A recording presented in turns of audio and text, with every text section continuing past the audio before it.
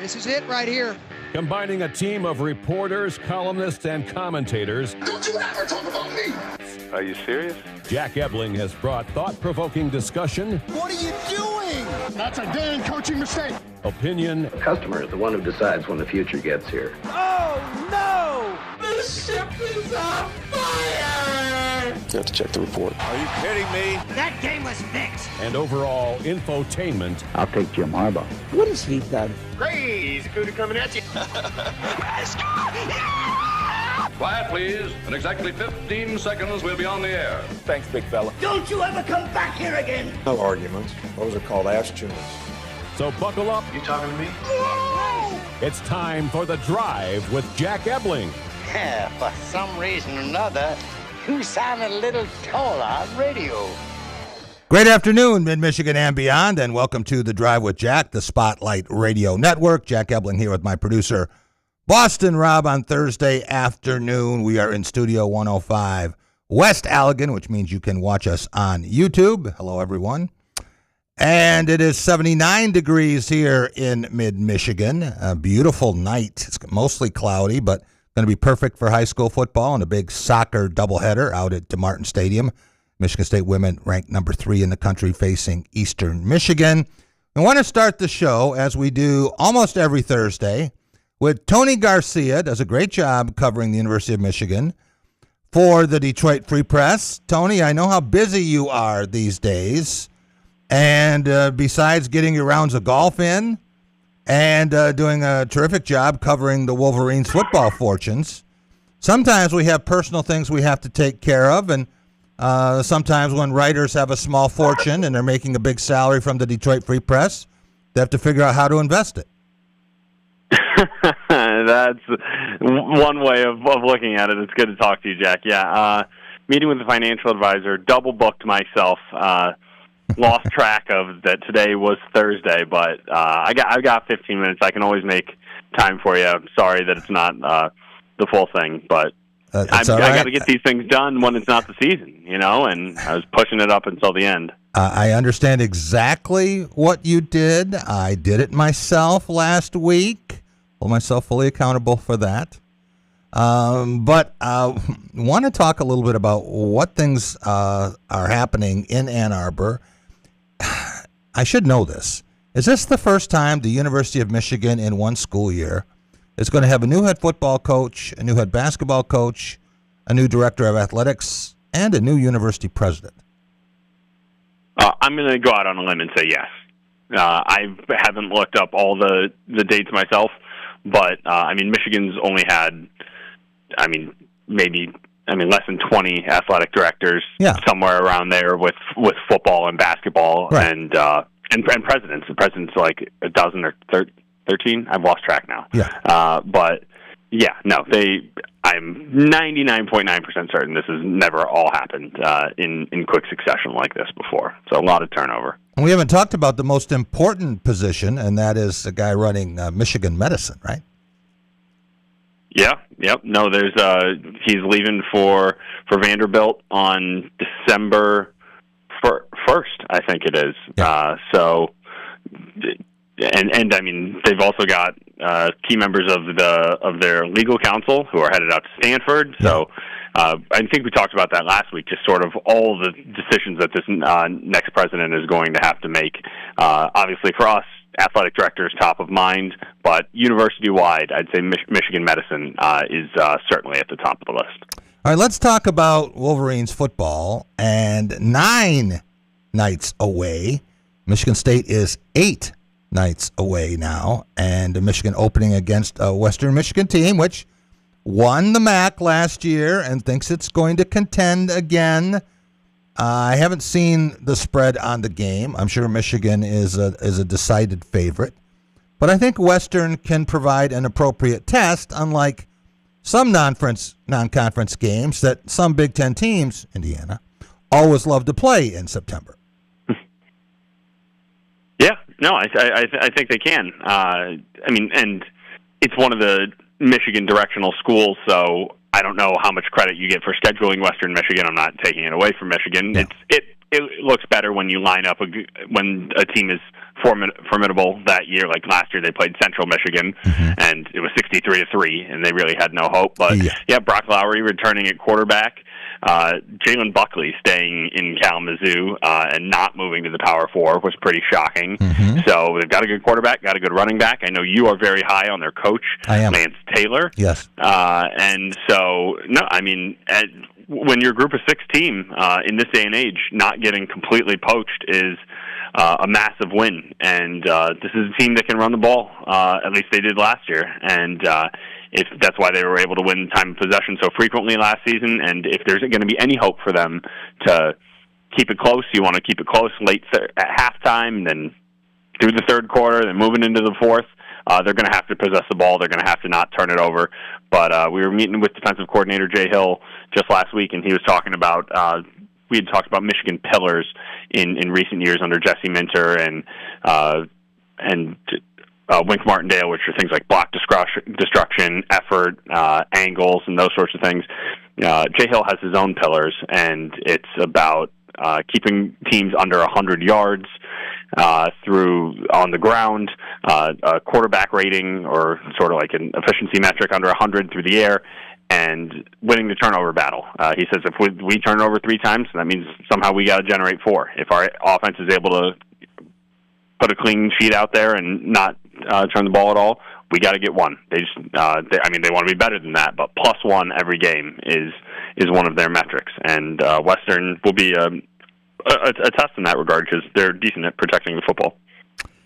So looking at Michigan by position group now, Tony, and I know that the optimism tends to run amok, not just in Ann Arbor, but lots of places. No team has lost a game yet.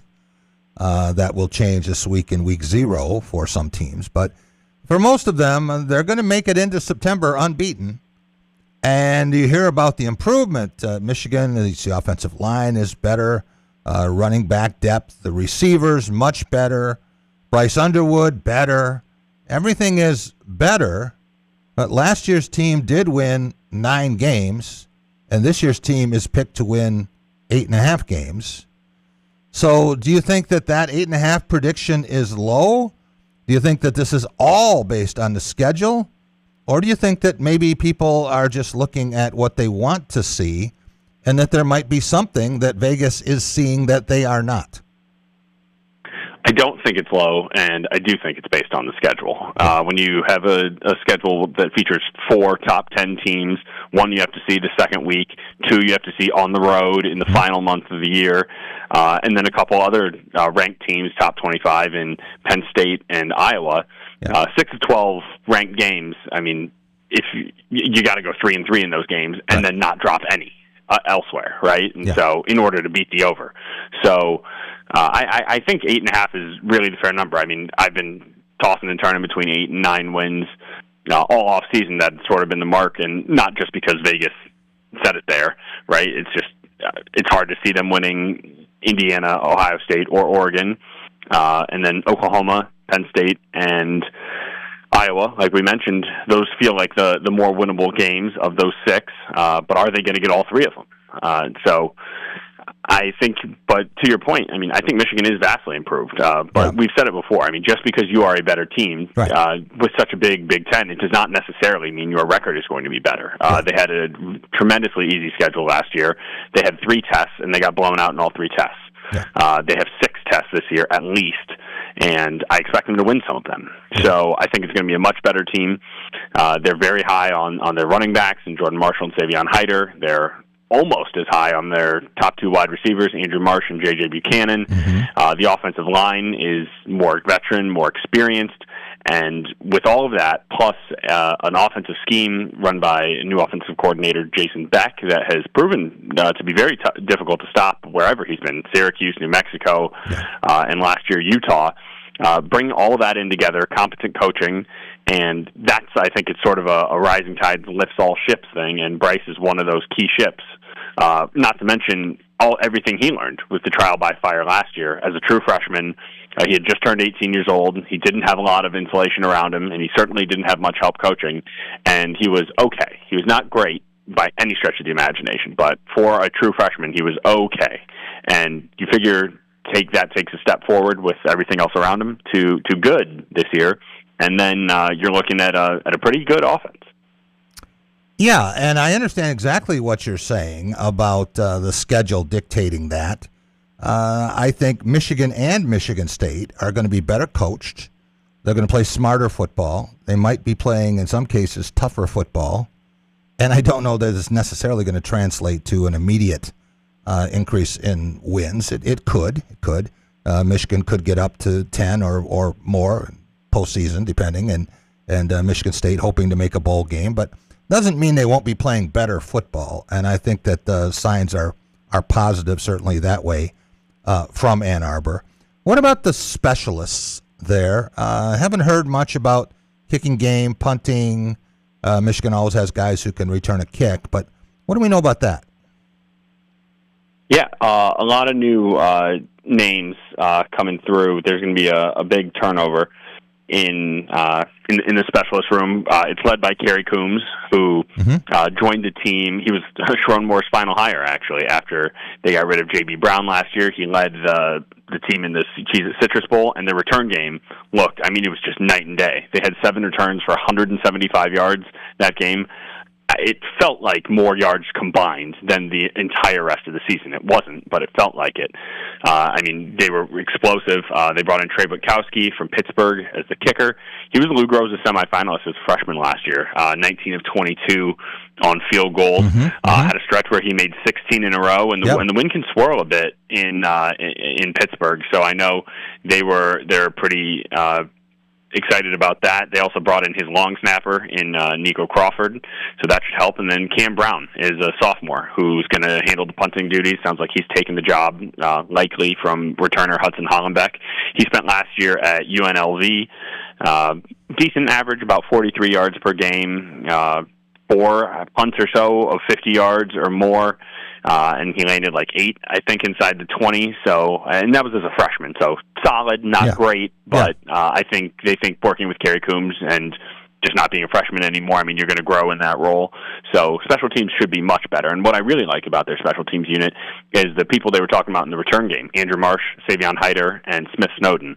And those are dudes. Those are real dudes. They're not just putting someone back there to make sure they hold on to the ball. They want to flip the field. They want to change the game in that third phase. And so I think special teams is going to be markedly improved this season.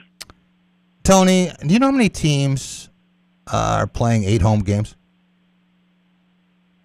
I don't, but can't be more than a handful. It's pretty rare. It's not that rare for Michigan, though. It's happened many times, and I understand there are reasons for it. A lot of non-conference opponents would rather play in Ann Arbor and get their share of the gate, whatever guarantee Michigan can offer. But I don't know any others. I did a quick scan, and I could have missed a couple, but I don't know any other Power 4 conference teams that are playing 8 home games. Yeah. No, I don't either. According to this Bentley Historical Library, I'm trying to look it up. I know they did it in 2024. Those are the only 2 years since I've been on the beat that they've had it. I don't think there's been many more seasons than that they've had 8 home games. Typically they get to 7, right? Like it's supposed to be 6 and 6, and Michigan almost always gets 7. Last year having 6 home games was an anomaly, but 8 is a lot even by their standards. Yeah. Okay. All right.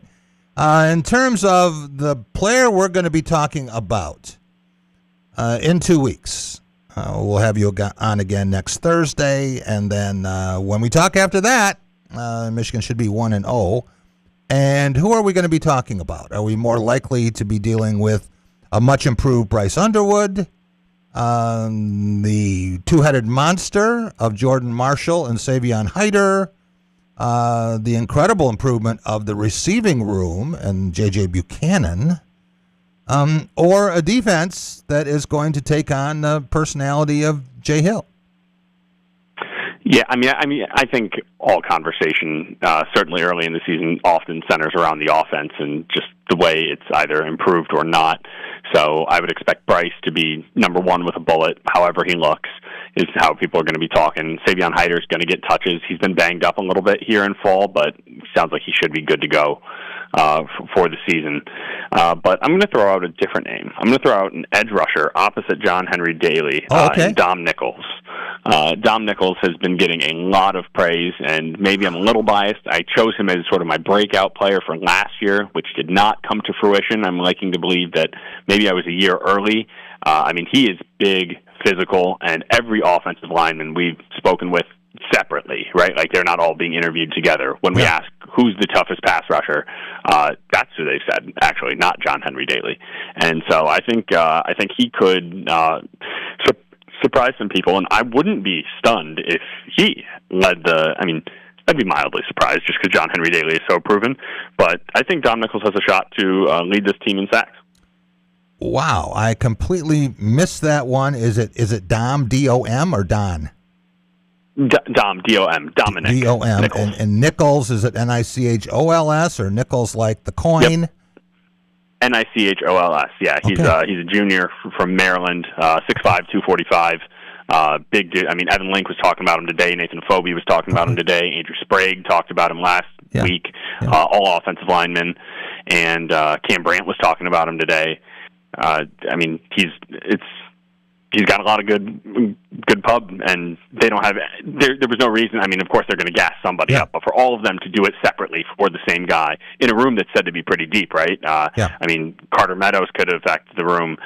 Cam Brandt, Benny Patterson, Tariq Boney, Nate Marshall, Lugard Edekpaye, right? They got 6-7 guys who they like, but Dom Nichols has been the name that's come up the most. Tony Garcia of the Detroit Free Press. Tony, appreciate your time. Go make some money. Yeah, I'm trying. Thanks, Jack. Talk to you next week. We're going to stay right here. And in just a moment, we're going to be talking with Steve Waite. Steve, of course, is Mid-Michigan's gift to Mississippi. And a guy who I think knows more about what's happening in this state than any media member, and I'm still going to call him a media member even though he's retired, than anyone south of the Mason-Dixon line. Apologies to the great Haley Schoengart. But I think Steve Waite follows the area high schools, the small colleges. I can't tell you how many messages I got from him late last year talking about Ferris State and whether it's MAC schools, whether it is all of the Detroit pro teams, talking about the Tigers in every sense, talking about what happens on the college front. He sees college football as often as he can. Looking forward to that. All right. I do believe we have Steve on the line from Mississippi. Steve, how are you? Fine, Jack. How are you? Good. I am actually getting ready to head to soccer tonight at DeMartin Stadium, and then second half of a high school game at East Lansing.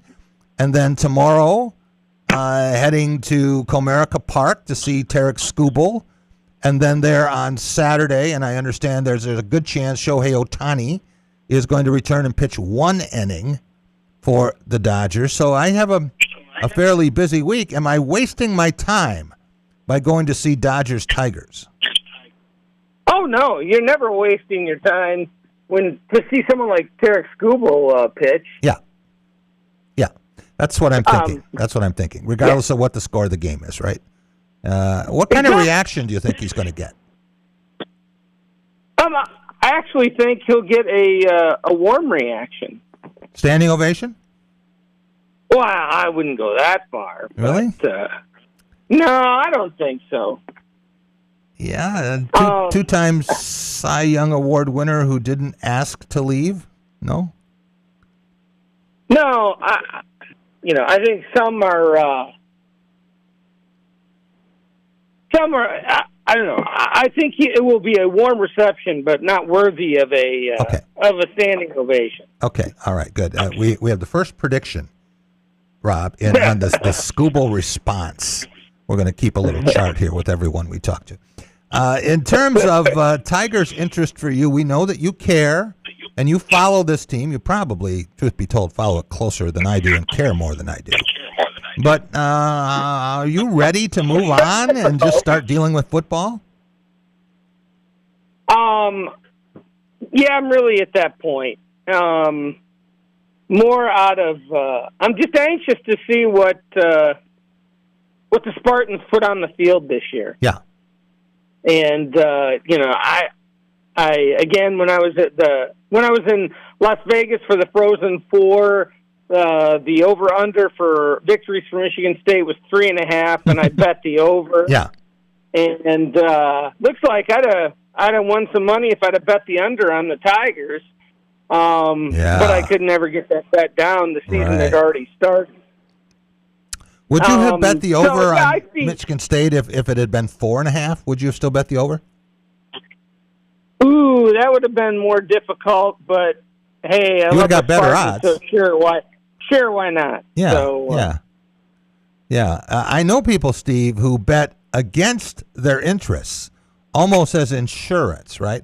They want something to happen, but then they bet the opposite. So if it doesn't, at least their disappointment is cushioned by a profit. Do you normally bet the way that your heart dictates? Yes, I do.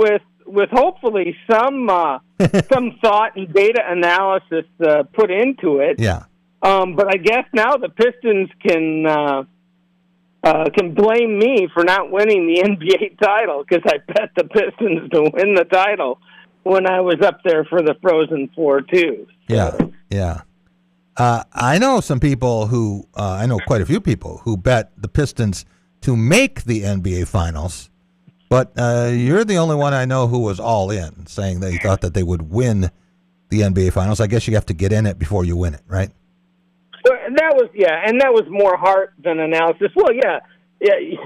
You think about the Bad Boys and how long it took them to finally just win the Eastern Conference title, let alone back-to-back NBA titles. Yeah.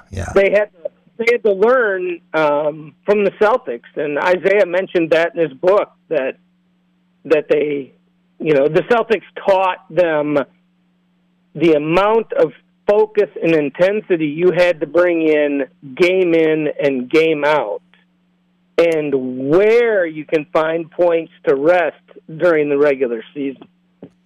Yeah. You said you wanted to see the product that Michigan State put out on the field. If I could guarantee you that Michigan State would be a tougher football team, that it would be better coached, that it wouldn't have as many brain farts, that you could be proud of the effort for 4 quarters and wouldn't beat itself, would that be good enough for you, or are you counting wins? No, that would be good enough. I really don't have very high expectations this season. 4 wins, maybe steal one for 5, but I don't even have an expectation of a bowl game. But if it's a better product, and man, I hate to classify it that way, but if all the things that you listed are true, that certainly will be enough. Yeah. Are you coming up for a couple of games? One game? What's your schedule? No, I'm not coming up for you're any not coming game. up. Okay. No, this is a medical related decision. No, it is not.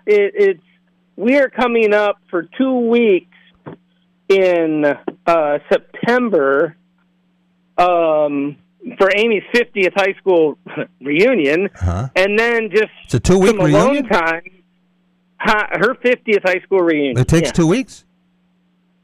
No, it's 2 days. But we're going to get some alone time on a beach house on Lake Huron.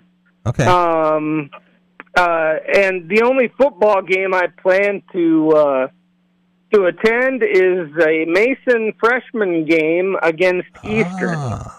Some Shaver kid, right? Yes, exactly. Yeah. Who had the key block that scored their only touchdown against Everett yesterday. Okay. Did Everett win that game? Yeah, because it was Mason freshmen against Everett's JVs. Okay. Everett doesn't have it. It's a combined JV freshman team. So Everett won that game 18-6 at Mason. Okay, let the record show, Rob, that this is another Drive with Jack First. This is the first time we have ever talked about Everett Mason sub-varsity football on this show, okay, in 24 and a half years, and it's the last time we're ever going to talk about it. In terms of what you expect now, you're down in SEC country, right? And we know that some things are a little different down there. Maybe people getting a little cranky that they haven't seen the national championship in a while. The trophy still looks the same. They're welcome to come up to Big Ten country and take a look at it if they like. What are the chances that an SEC team is going to be in the national championship game? Because I have people who are saying, and not only is that not going to be the case, there's going to be an SEC team in the Final Four. Oh, mercy. No. I would suspect there will be at least one SEC team in the Final Four. Maybe not in the championship game, but it all depends on, in my opinion, how well Oklahoma does offensively this season. Their defense will be salty, and how well Ole Miss can do without the lane distraction. With Trinidad back at the controls, that offense is going to be tough to stop. I know that you are as close to Boomer Sooner as anyone but Billy Sims. But I am told that it's going to be difficult for Oklahoma to make the national championship game after their loss in Ann Arbor. I've had several people tell us that. I see Dalton Shetler just walking by our door here. He doesn't seem to know where we are, but he keeps walking back and forth. When you think about, go get some peanuts. Yes, exactly. The peanut shop. It's still open. Yeah, I think so. So, in terms of Oklahoma, would you be surprised, disappointed, dismayed? What if OU loses in Ann Arbor? No, because it's an early season game. It's in Ann Arbor. I wouldn't be surprised if OU won that too. And for my money, I'd like to see what Western and that offense is going to do against Michigan too. Ooh. I'm you not have saying been talking the Broncos to Andrew are going to. Yeah. Yeah, I don't think the Broncos are going to beat Michigan, but that game might be as competitive as perhaps Michigan State Toledo might be. Right.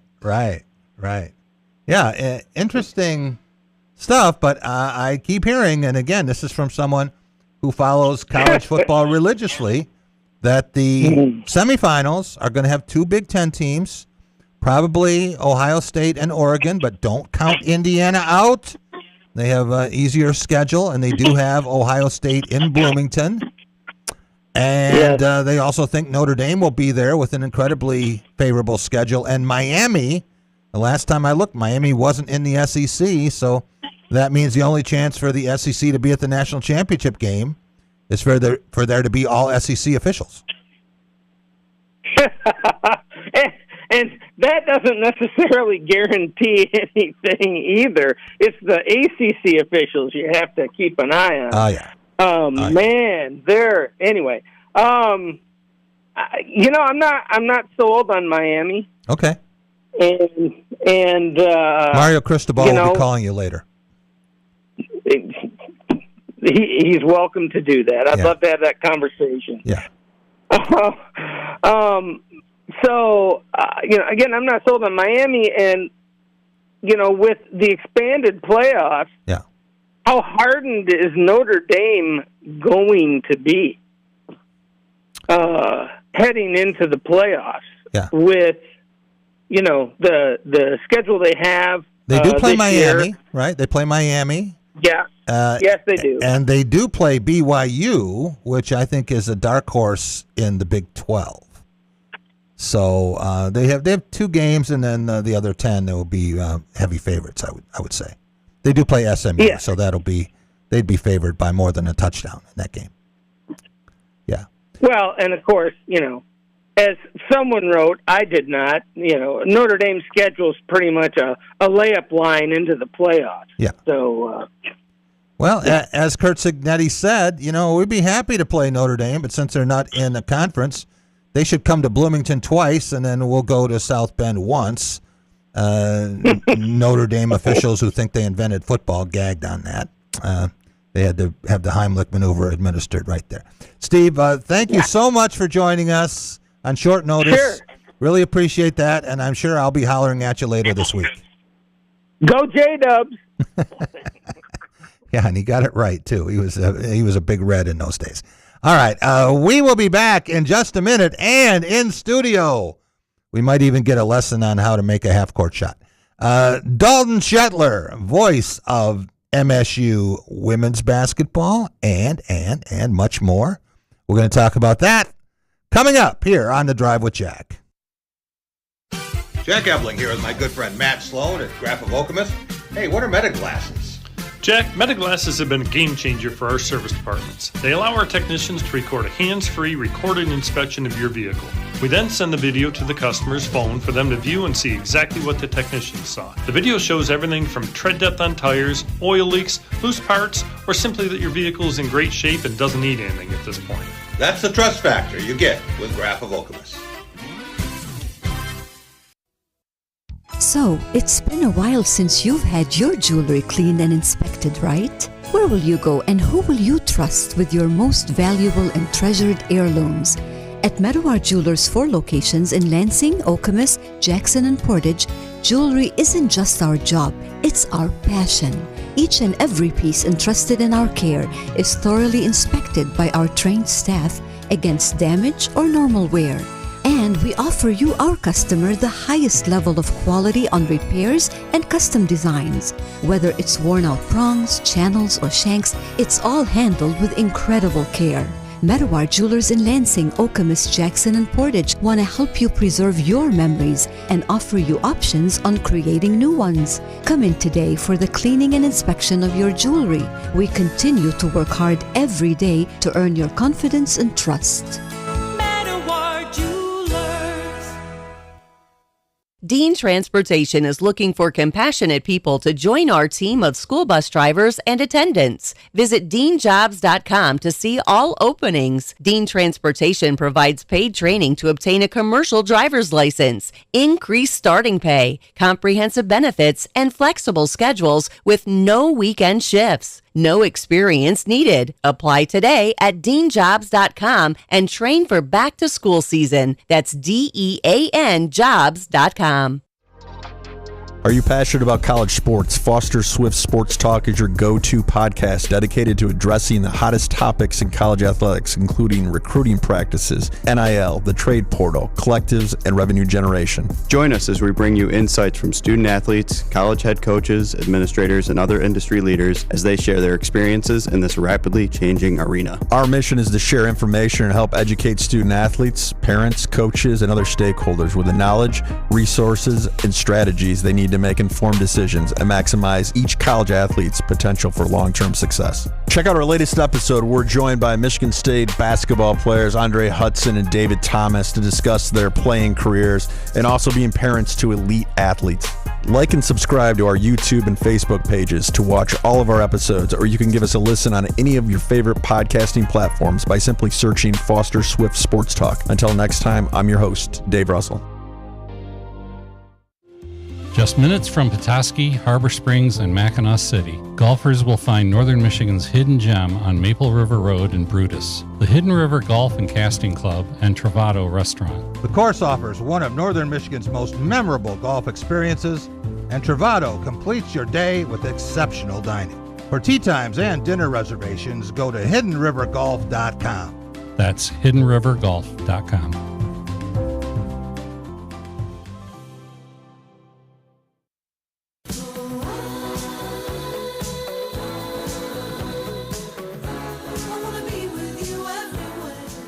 Welcome back. It is The Drive with Jack, Spotlight Radio Network. Jack Ebling here with my producer, Boston Rob. Okay, Rob, I'm going to give you the opportunity. He's your buddy, and you worked with him.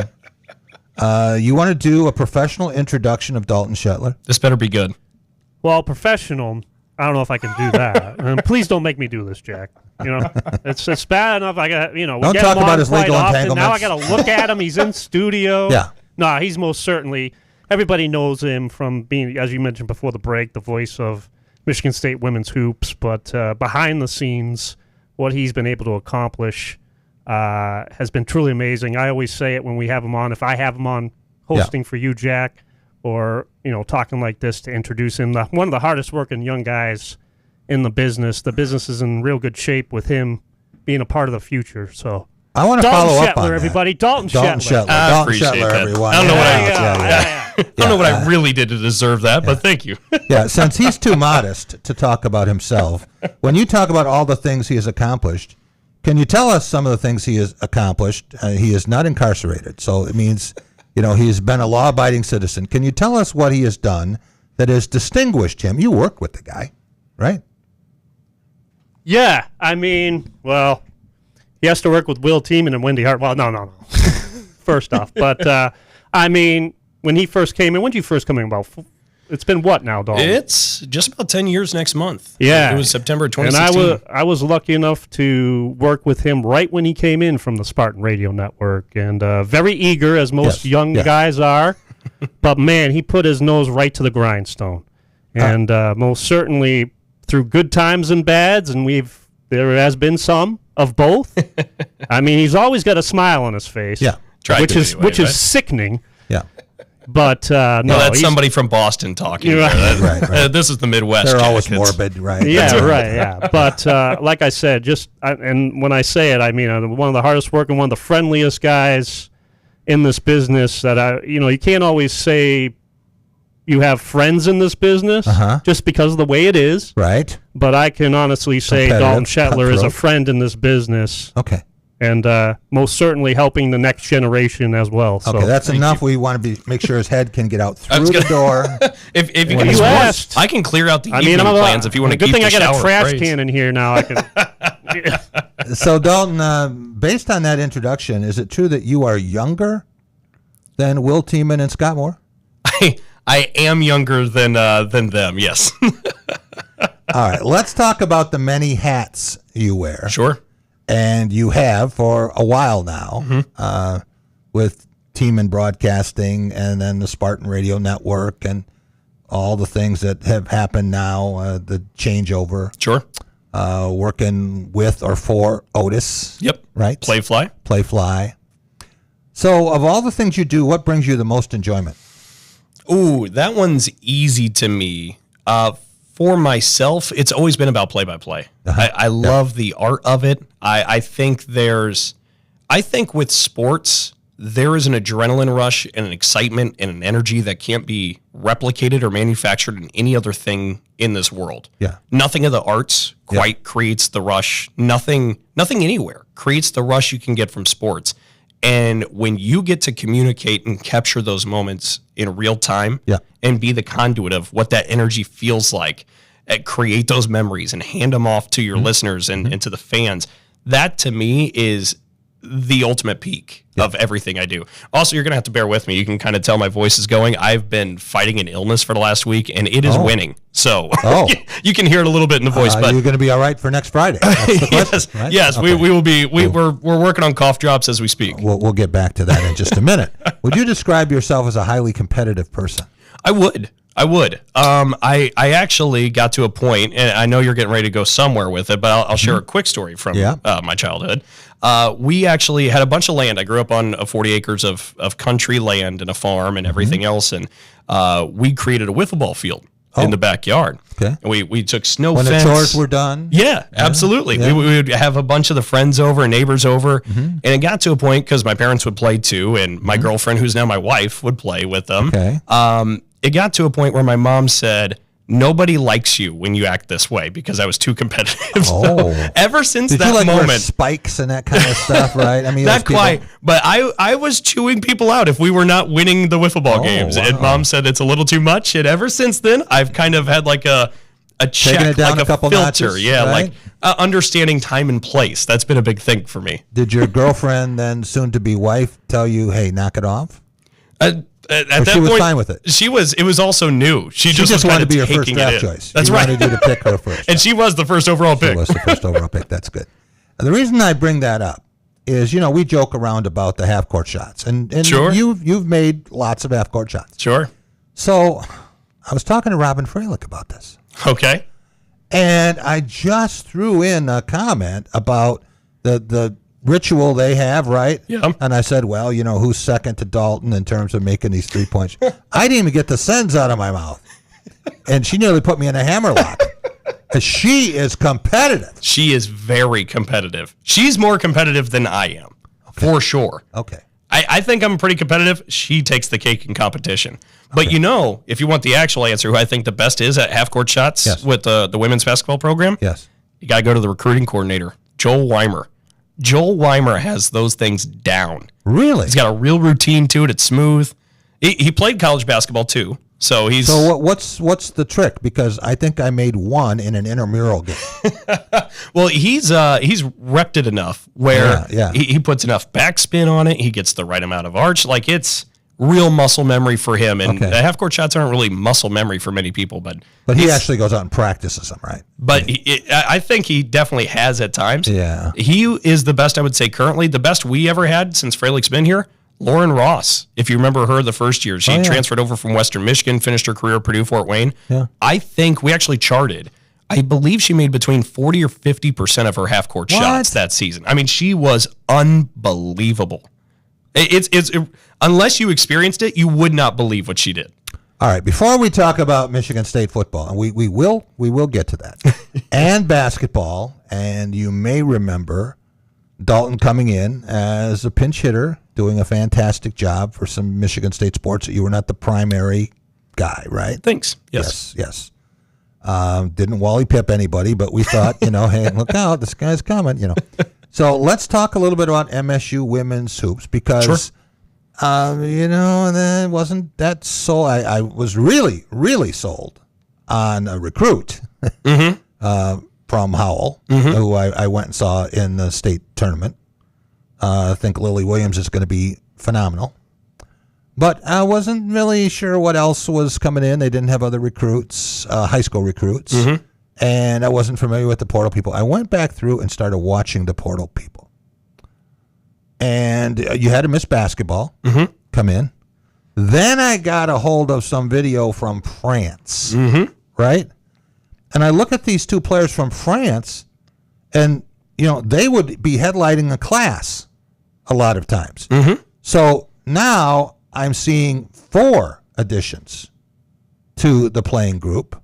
And there was attrition, no question. But you also have Theron Halleck returning, right? Well, that's like 5 additions. Am I crazy to think that Michigan State could do more than finish in the upper half of the Big Ten? It could finish in the top 5? Well, I do think it's important to lay out the context of all this, right? Yeah. The Big Ten's coming off of a year where it was at its very best and it had a national champion. So if you are in the top half, that's guaranteeing you a trip to the NCAA tournament. Correct. Like, that is what this league is. It's putting in 12, 13 teams year over year into the tournament. And now that it's expanded, could be even more. So, no, I do not think you're crazy. I do think one thing that Michigan State women's basketball fans will have to be aware of and accept is that this is a young group. That is not damning, but it does mean there is a learning curve, right? We have to offer some of that because this will be a young group. They will be kind of thrown into the fire right away. They'll be baptized by that fire. They're going to get experience as they go. But to your point, when you talk about Lily Williams coming in, a McDonald's All-American, you talk about Emma Broleron and you talk about Kathy Emma Otto, both coming over from France, and they played together on the club travel team. Wait until you see some of that video too, Jack, of not just France, but from down under. There's an Australian coming over to this team, Monique Bobingue. She is somebody who... I haven't seen that yet. She has the capability to enter the starting 5 right away. Can you say that name again? Well, now I'm lacking confidence of it because... Bobingue. I believe it was Bobingue. Okay. If memory serves right. It is right. now, ladies and gentlemen. I was going to say, be graceful Monique with corrects us. It's going to be Bobingue until told otherwise. Right? I believe that's correct. We'll check here in a little bit, but I think that's right. But she's somebody who has the capability to start right away. But you talk she's about what position? Forward? 3-4, kind of there on the wing. How tall? If memory serves right, over 6 foot. Okay. Somewhere around 6 foot. Okay. Well, we know what USC is going to have. Correct. With all the number one recruits in the country, right? And I don't know if everybody's aware of that. I mean, you get Jazzy Davidson still there, who was the number one player last year in that recruiting class.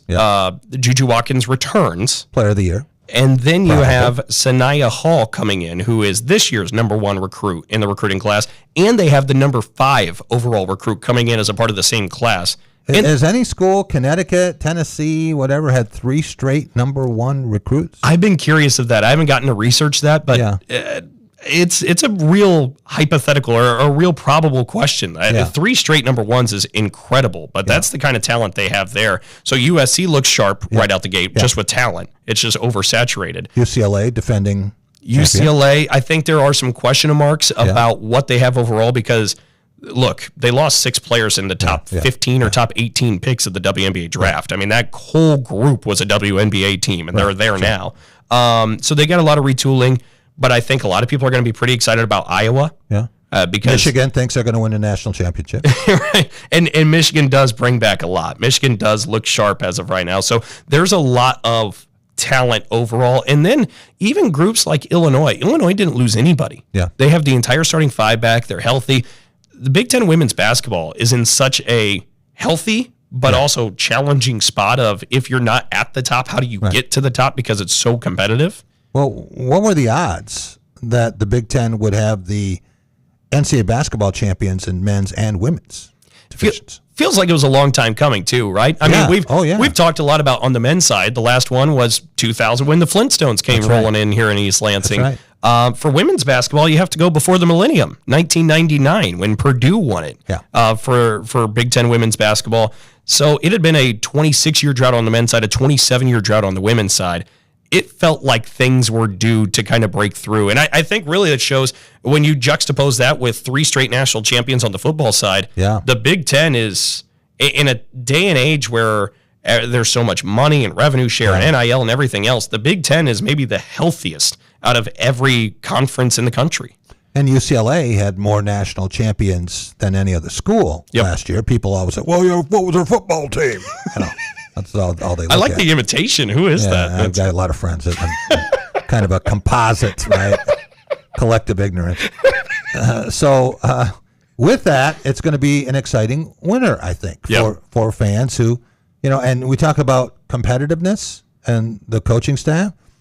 I don't think I will have seen a more competitive backcourt than those 2 players at Michigan State. I wouldn't want to fight them for a nickel. No.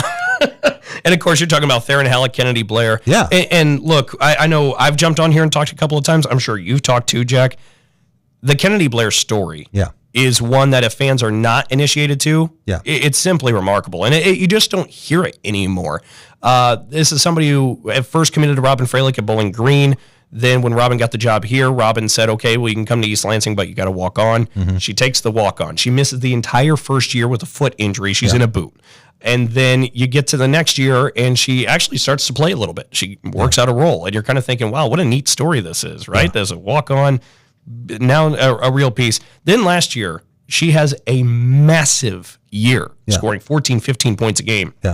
Grabbing 7 rebounds a game, the leading assist maker on the team, 4 or 5 assists. She was top 5 in steals in the Big Ten Conference. I mean, did it all. I can't think of another time in recent years, because there's certainly been examples, especially at Michigan State, right? Like with football, Kenny Willekes or Jack Conklin of walk-ons to superstars, but there aren't many walk-on to superstars anymore in today's day and age, and Kennedy Blair is that. She comes back after that huge year, but Theron Halleck, who you talked about earlier, this is somebody who's at, I think, 940 career points.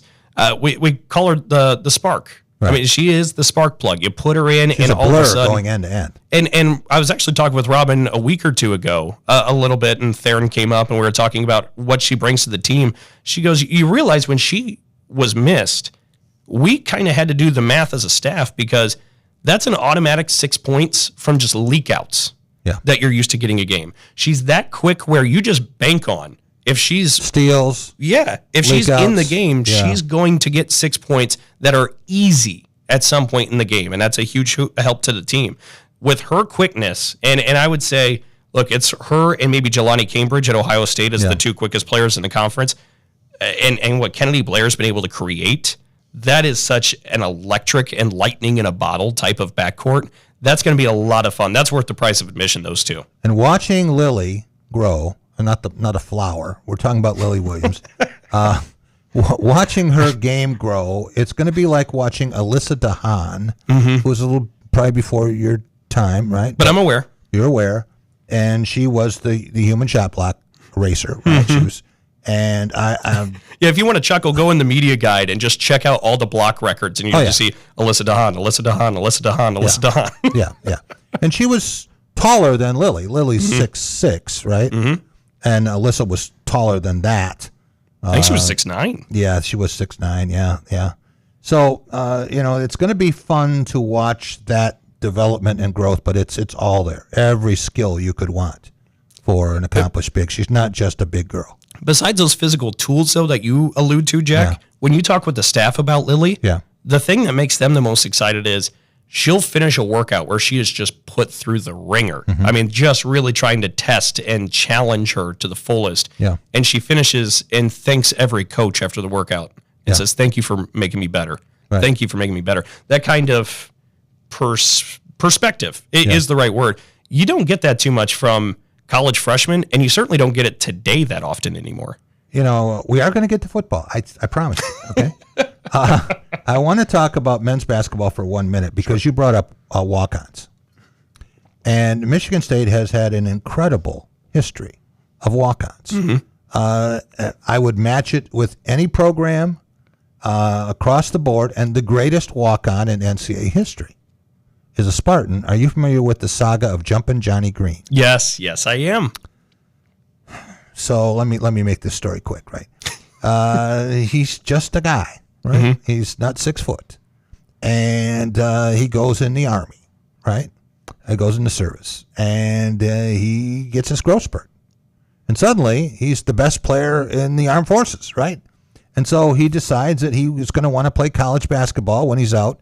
And, G.I. Bill and all this stuff. So he's looking for where to go. And there was a guy there who told him, he had a connection to Michigan State, Bates, and he said, you really ought to get a hold of Michigan State because they'll take black players. And at that point, that was not true for every school. Right?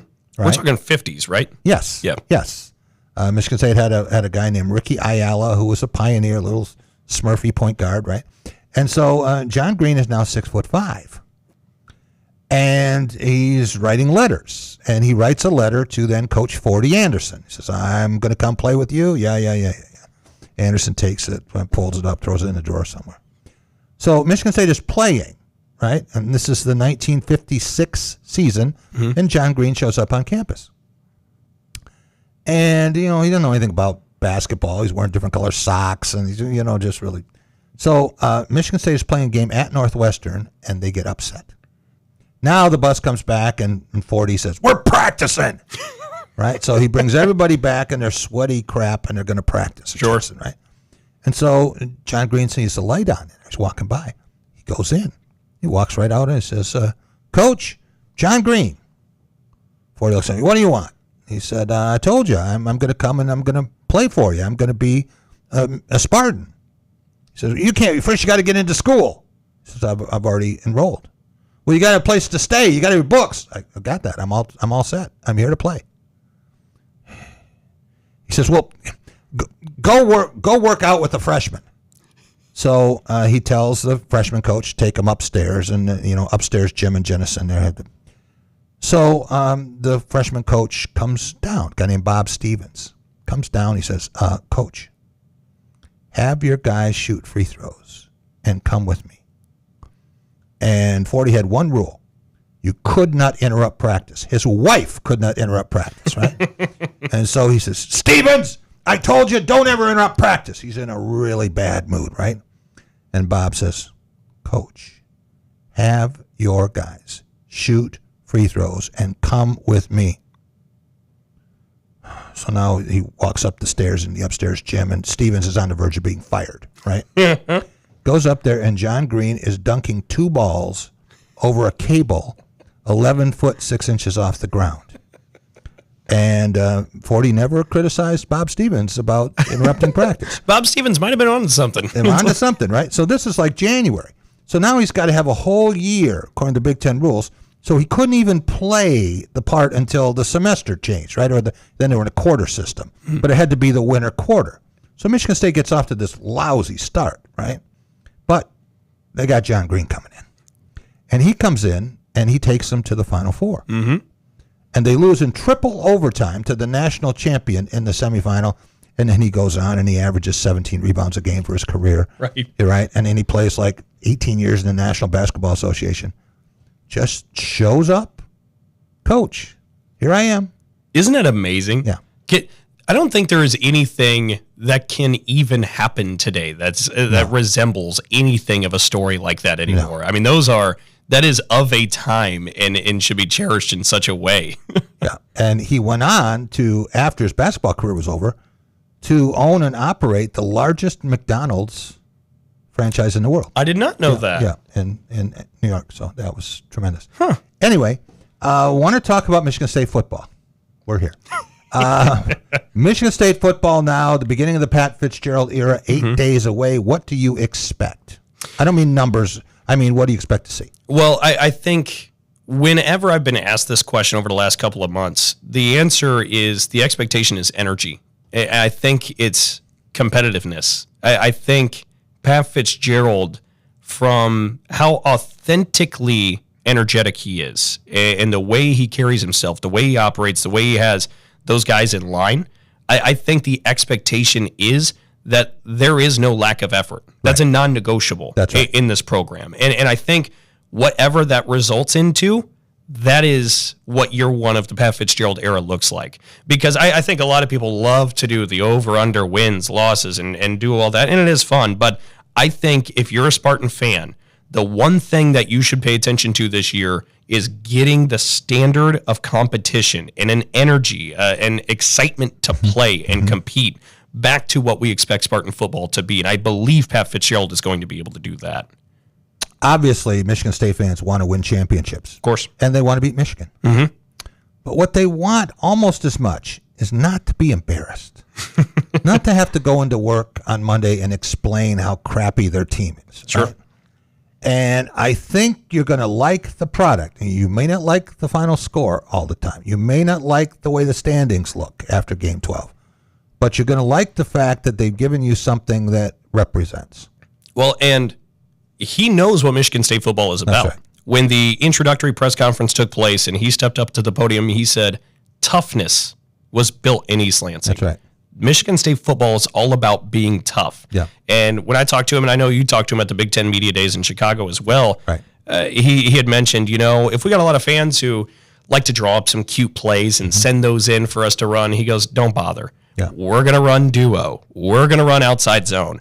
We're going to hit you right in the teeth. Yeah. And I think that is, look, pound green pound, you can say it anywhere you want in any establishment here in East Lansing. Everybody knows exactly what it means. And it means feeding the beast, running the ball. Yeah. And I think Michigan State's going to be able to get back to its roots in that way. I think the offensive line is going to be better. I think the quarterback position is going to make fewer mistakes. Don't know that they have a game breaker like a Nick Marsh. Sure. But I think defensively they're going to be sound, something I didn't always see. I don't think they're going to commit as many stupid penalties.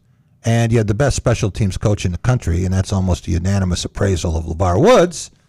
So I think you're going to see some things that we haven't seen. And with LeVar Woods, you could bring over Reese Dakin, too, the punter from Iowa, who is simply phenomenal. Yeah, And we did the MSU football preview show last night from Meet the Spartans, and J.U. Colcrick said at one of the practices he watched, Reese Dakin hit a 88-yard punt. Is that right? Just bombed one down the field. So you're getting a legitimate, and Michigan State fans, we've gotten pretty accustomed to the great punters, right? Like you think of Bryce Behringer, you think of Ryan Eckley, you think of Jake Hartbarger. We have had some rockets back there booming the ball away.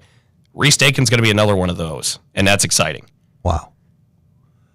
I have to ask you one question about working for Playfly with Otis Wiley. Sure.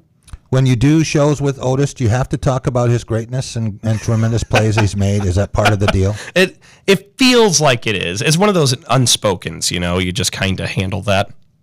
Yeah. Yeah, well, he did have a few. Sure. We'll give him that. He did play for the Detroit Lions. That's right. Of course, the Lions weren't very good in those days. But I did just tease him. Thanks so much for coming in. Appreciate it. Glad you found the place. It was great to see Boston Rob sprinting through here, trying to track you down. He was in the middle of the street, just wandering. I didn't want him to get hit by a car. I told him in my free time I like to play Frogger out here in downtown Lansing. I was nervous for him. He didn't know which way to go. I thought he was on those 40 acres again back in Indiana. Right. Yeah, it's not a cornfield out there, Dalton. It's not Kansas anymore. No. Thanks for coming by. You're welcome anytime. Thank you. Thanks for having me. If you want to promote something, we can work it into your busy schedule. You just say the word. Sounds like a plan. All right. Thank you so much. We will be back in just a minute. Dalton, I assume you've had a chance to meet and talk with almost all of the Michigan State coaches, but I had a chance earlier today to really get to know Winston De La T. Boudère III. I thought it was DeLatta Boudère, but he said, no, it's De La T. Boudère. So that's the way we're pronouncing it now. Had a chance to spend about a half hour with him over at the football building. And if there's anyone who can rival Pat Fitzgerald for energy, right, like out of the womb, it's this guy. And you're going to hear why he thinks that it's a perfect fit for him. Was with the Arizona Cardinals last year and played for Joe Rossi at Minnesota. But he is beyond excited about what this defensive line can do. And he gave a little recruiting pitch, too. A lot of you would want to sign up. We'll be right back on The Drive with Jack.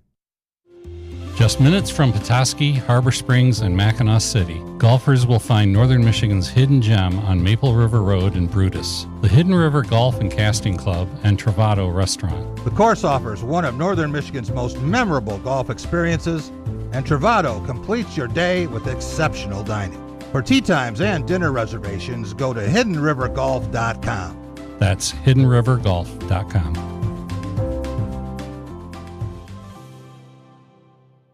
Dean Transportation is looking for compassionate people to join our team of school bus drivers and attendants. Visit deanjobs.com to see all openings. Dean Transportation provides paid training to obtain a commercial driver's license, increased starting pay, comprehensive benefits, and flexible schedules with no weekend shifts. No experience needed. Apply today at deanjobs.com and train for back to school season. That's DEANjobs.com. So, it's been a while since you've had your jewelry cleaned and inspected, right? Where will you go and who will you trust with your most valuable and treasured heirlooms? At Meadowar Jewelers' 4 locations in Lansing, Okemos, Jackson, and Portage, jewelry isn't just our job, it's our passion. Each and every piece entrusted in our care is thoroughly inspected by our trained staff against damage or normal wear. And we offer you, our customer, the highest level of quality on repairs and custom designs. Whether it's worn out prongs, channels, or shanks, it's all handled with incredible care.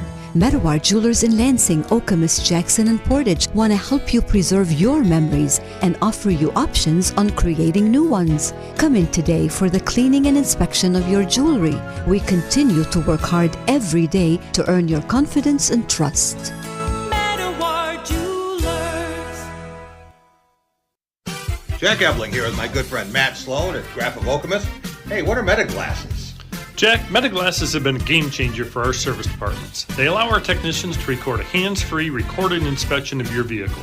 We then send the video to the customer's phone for them to view and see exactly what the technician saw. The video shows everything from tread depth on tires, oil leaks, loose parts, or simply that your vehicle is in great shape and doesn't need anything at this point. That's the trust factor you get with Graph of Okemos.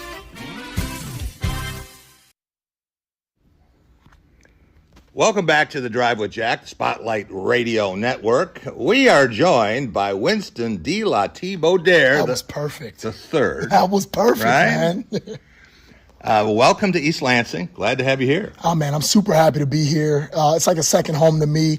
Just the Detroit, East Lansing area.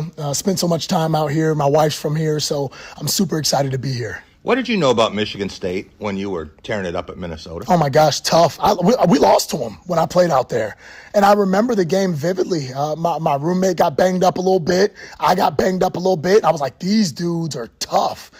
So that was the first thing that I thought about. And when I kind of got the call to come over here, the interest and the discussions kind of started, I was like, I'd love to go over there because those are some tough dudes. And I think I resonate with the culture that was built. So from Coach D'Antonio back in the day and watching guys like Kenny Willekes as I was coming up as a player and, attempting to model some of his game with the way that he played the game. And man, I just loved everything the Spartans were about.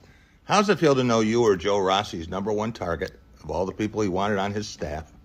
I was appalled, but I was very, very humbled as well because, you're playing for a guy and then working for a guy. When you get a chance to reunite with him, you know the system, you know his coaching style, the urgency, the details. It just excites you to be able to understand you're going to be back with somebody you mesh so well with.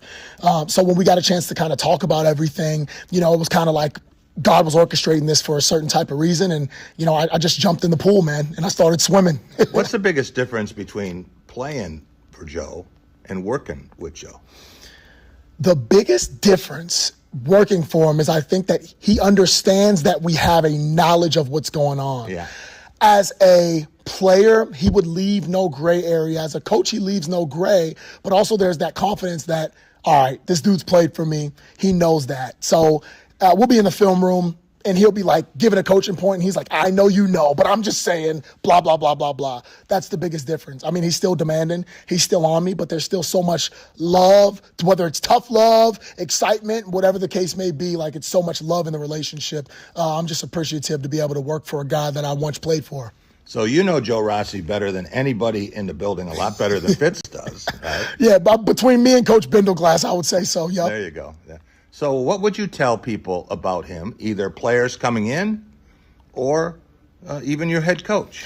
This guy taught me how to play the game the right way.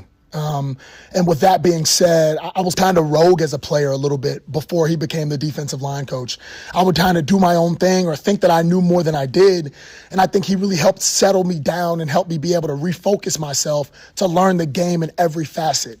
So being able to see that as a player and then becoming a player who started in the Big Ten and was able to put consecutive starts together after he became my coach, I knew when I became a coach that there was no other guy I want to be able to work for. So just his ability to rein guys in or to get them going and kick them in the butt and say, let's go, I think is really, really special. On almost any coaching staff at Michigan State or in the Big Ten, you would be number one in energy. Are you more energetic than your head coach? I don't know, man. Coach Fitz freaking brings it. He brings it. And the thing that I love about Fitz is he'll get me going too. Like, he'll say something, he'll look at me, and he'll be like, well, where the heck's the D-line? Like, he's bringing that juice. So I don't know if I have more energy than Fitz, but I'll say this. I love working with a guy who can match my energy and exceed my energy. All right. I want to go back to see where that energy came from. Tell me about Winston De La Thibaudere 1 and 2.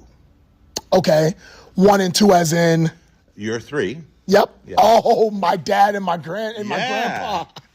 So my father played football at Bowie State. Originally was an immigrant, came from Jamaica when he was in middle school. So came to Paterson, New Jersey, played for Paterson, right? Played for Paterson High and went out that way and did some really impressive things. He always tells me the story how they tried him and my uncle out as field goal kickers. My dad played left tackle, at Bowie State University. So you can imagine, all right, a bigger kid going out there trying to kick some field goals because in Jamaica, soccer is more prevalent, right? So anyway, goes to Bowie State, does a heck of a job. He's a Hall of Famer out there. They go and win a national championship at the D2 level, but he was my coach growing up. So he was always on me. And if nothing else, it was about violence and it was about how hard I could play. And coming out of high school, I wasn't the biggest guy. So he would always tell me, if you just knock somebody's head off, then everybody will always respect you. So that was kind of the message right there. My grandfather I've never seen my grandfather have a bad day. I've never seen my grandfather have a bad day. And I feel like it's touching to me being able to talk about him now because I get a chance to talk about my dad often.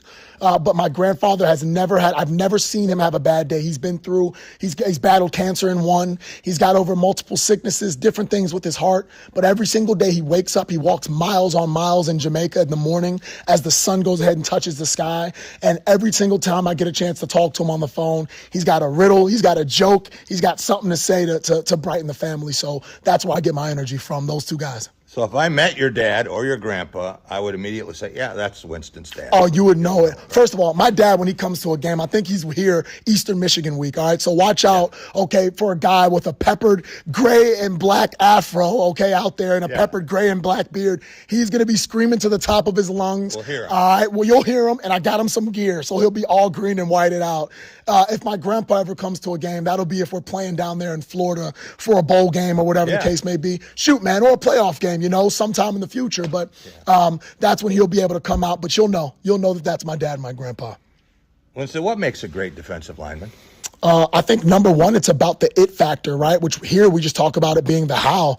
Like how hard you play, how hard you have attention to detail, how much you bring to the table. I think the second thing is technique, like truly being able to rein in, being able to use my hands, my eye placement, my pad level. And then the last thing I think is just toughness. And it's not physical toughness, it's mental toughness. Like being able to play 60 snaps and then guess what? We're going to overtime. I'm going to go an extra 10 snaps, 20 snaps, 30 snaps without blinking or batting an eye. It's truly like being in a boxing ring. You've got to be able to jab, counter. You've got to be able to throw uppercuts. You've got to be able to throw hooks. And then guess what? In the last round, you've got to be able to put somebody down. So I think that's what really puts together and makes a really, really elite defensive lineman. Courtney Hawkins was talking yesterday in here about blocking as a receiver. Most of it is want to. Right. Is that a lot of being a successful defensive lineman? You have to want it more, or is it more cerebral than we think? I think it's a little bit of both. But I think at the end of the day, you've got to want to throw your face in the fan. When you look at who gets contact more than anybody else, I slowed the film down the other day, and it was Ben Roberts. It was Ben Roberts at the nose tackle. I said, I want everybody to see something. When we play this film slow, he makes contact with two people before you all even touch anybody else. As you get closer to the ball, it's a man's game in there, and you're always making contact. Sometimes the defensive ends will have the tackle blocked down and they won't get touched on that play, and they look so nice and cute getting towards the quarterback. But as you get closer and closer towards the ball, like you're going to have contact every single play. So it's want to. You have to want to throw your face in the fan on a play-to-play basis. But then on the other side of it, you've got to know what you're doing. If you don't have detail and you don't have technique, right, then you're not going to be able to truly make an impact within the defense. So we pride ourselves on all those things.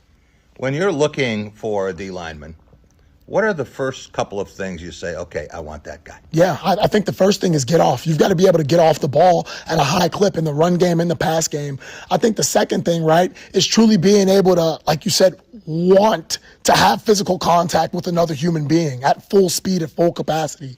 So I got to have tough guys who are willing to throw their face in the fan on a consistent basis and get excited about that factor of it, right? The toughness factor. Like you think about the dynamic of our staff. Our head coach is a freaking storied linebacker in the Big Ten, tough as nails. Our defensive coordinator, he doesn't like to talk about it, but he's one of the best players to ever come from his school, and he played on the edge at his school, right? You got freaking Max Bulla, who's a thumper, right, who I watched growing up, coming out of high school, freaking just knock people loose. You got him on staff, right? You just got tough guys. So if you want to play defensive line at Michigan State, you got to know we're going to pride ourselves on being able to want to seek that physicality portion of everything. I think after that, it's about how well you can pay attention to details, right? Plug it into the fundamentals within the scheme, and under the pressure of the situation, go out and get things done. We also want great people. Right? Like we want people on the field that you're scared of, but when you walk around the streets of East Lansing, we want people to say, wow, that's Eli. Wow, that's Mike Beeler. Wow, that's Carlos Hazelwood. Those are some great people. And then be able to cheer for them on Saturdays as well. Our guest is Winston De La Thibaudiere, and I know you're all fired up listening to him. Don't go hit the first guy you see. Just wait till you get into some athletic competition. Is it possible at this level in 2026 for a D tackle to be 275 pounds if he's really quick if he has some other attributes, or do you have to be over 300? No, I don't think that there's a weight, a minimum or maximum weight as a defensive tackle. Now, you want to be able to move around. Athleticism is a big portion of it and a big part, but I think it's about what your role is, right, within the scheme of the defense. If your role attributes to you being 275, 280, 290, hey, I mean, do whatever you've got to be able to do, but everybody's body is different. Everybody's weight class is different at which and where they can operate. So you just got to play towards your strengths when you do have that minimum or maximum weight, whatever it's set across the country. You mentioned Ben Roberts. Yep. Do you call him Worm? I call him Big Worm. I do. Many people might not know this. It's really cool how this thing comes full circle. I recruited Ben out of high school at Oregon. Oh, yep. Okay, So we had a prior relationship, and when I got the job, it was like, hey, well, introduce yourself to our guy. You know, it's our senior defensive tackle, Ben Rob. I'm like, oh, yeah, Worm. I'll call him right now. I've still got his number. You know, so it was kind of really, really cool. It's a full circle moment. And we have that very personal relationship to where, you know, I can pull him aside and I can get on him. And guess what? I can get on him in front of everybody else. But he's one of the leaders of our room, and I'm really excited to see what he does this year. He's a great human being, a huge heart, and he'll continue to bring our room closer together. He's a glue guy for our room for sure. He had some good moments last year. Yes. Not as many as he would have wanted. But what do you have to do to get him to play at his max all the time? I think for him, it's just continuing to encourage him to pride himself on those high moments, right? Like, if you reach a certain high, you want to do that from a consistency basis over and over again. The hardest part about this game at any position is being consistent. But the greatest gift you can ever give somebody on the field or off the field is consistency. I'll say that again. Hardest part about this game is being consistent, but the greatest thing you can give anybody, greatest gift is consistency. Every single day, be who you are in a relentless fashion, right at the highest level possible. And guess what? When you fail, we'll grow from that and we'll respond, we'll acknowledge it, we'll move on, and we'll get better. But I think for him, it's just consistency. And then I tell him every morning, I saw this out there on Instagram one day, the joy is in the journey. Yeah. Like, don't get so caught up in the destination. Like Coach Fitz was talking about it today. You blink in this college football thing, and all of a sudden you're a freshman. Then you blink, you wake up one day, you're a redshirt senior. Or nowadays you can't redshirt anymore. You're just a senior. So you got to make sure you understand the joy is in the journey. The joy is not in the destination. And then you've got to be process oriented. So I'm just excited to watch Worm continue to enjoy the process. A lot of longtime Michigan State fans, season ticket holders, people who live and die with the program, would be hard-pressed to name 3 current defensive linemen. What are they missing? I think right now, with the guys that we have in the room, and I'll just name a couple of them, you look at some of the younger guys in the room who just came in, you've got Corey House, you've got Jackson Paul, you've got Hudson Altman, who have really, really bright futures, all the way to the older guys in the room. You've got Isaac, you've got Kenny Soares, right? You've got Eli, you've got Worm, you've got all those guys. And then you've got some guys in between who have done a lot of really, really good work for us so far. Carlos Hazelwood, Mike Schambiller, right? Derek Simmons, Cal Thrush. I'm just rattling these guys off, but the fact of the matter is there's not 3 guys that I want to tell you about. I want to tell you about my whole room and how hard they've been working and how close they've gotten. In 2026 modern day college football, connectivity is one of the biggest weapons that you can have. If you can get a room, if you can get a side of the ball, if you can get a team connected, then you'll have a chance to be dangerous. Just a chance. I can't make any promises in this game ever. Nobody can, right?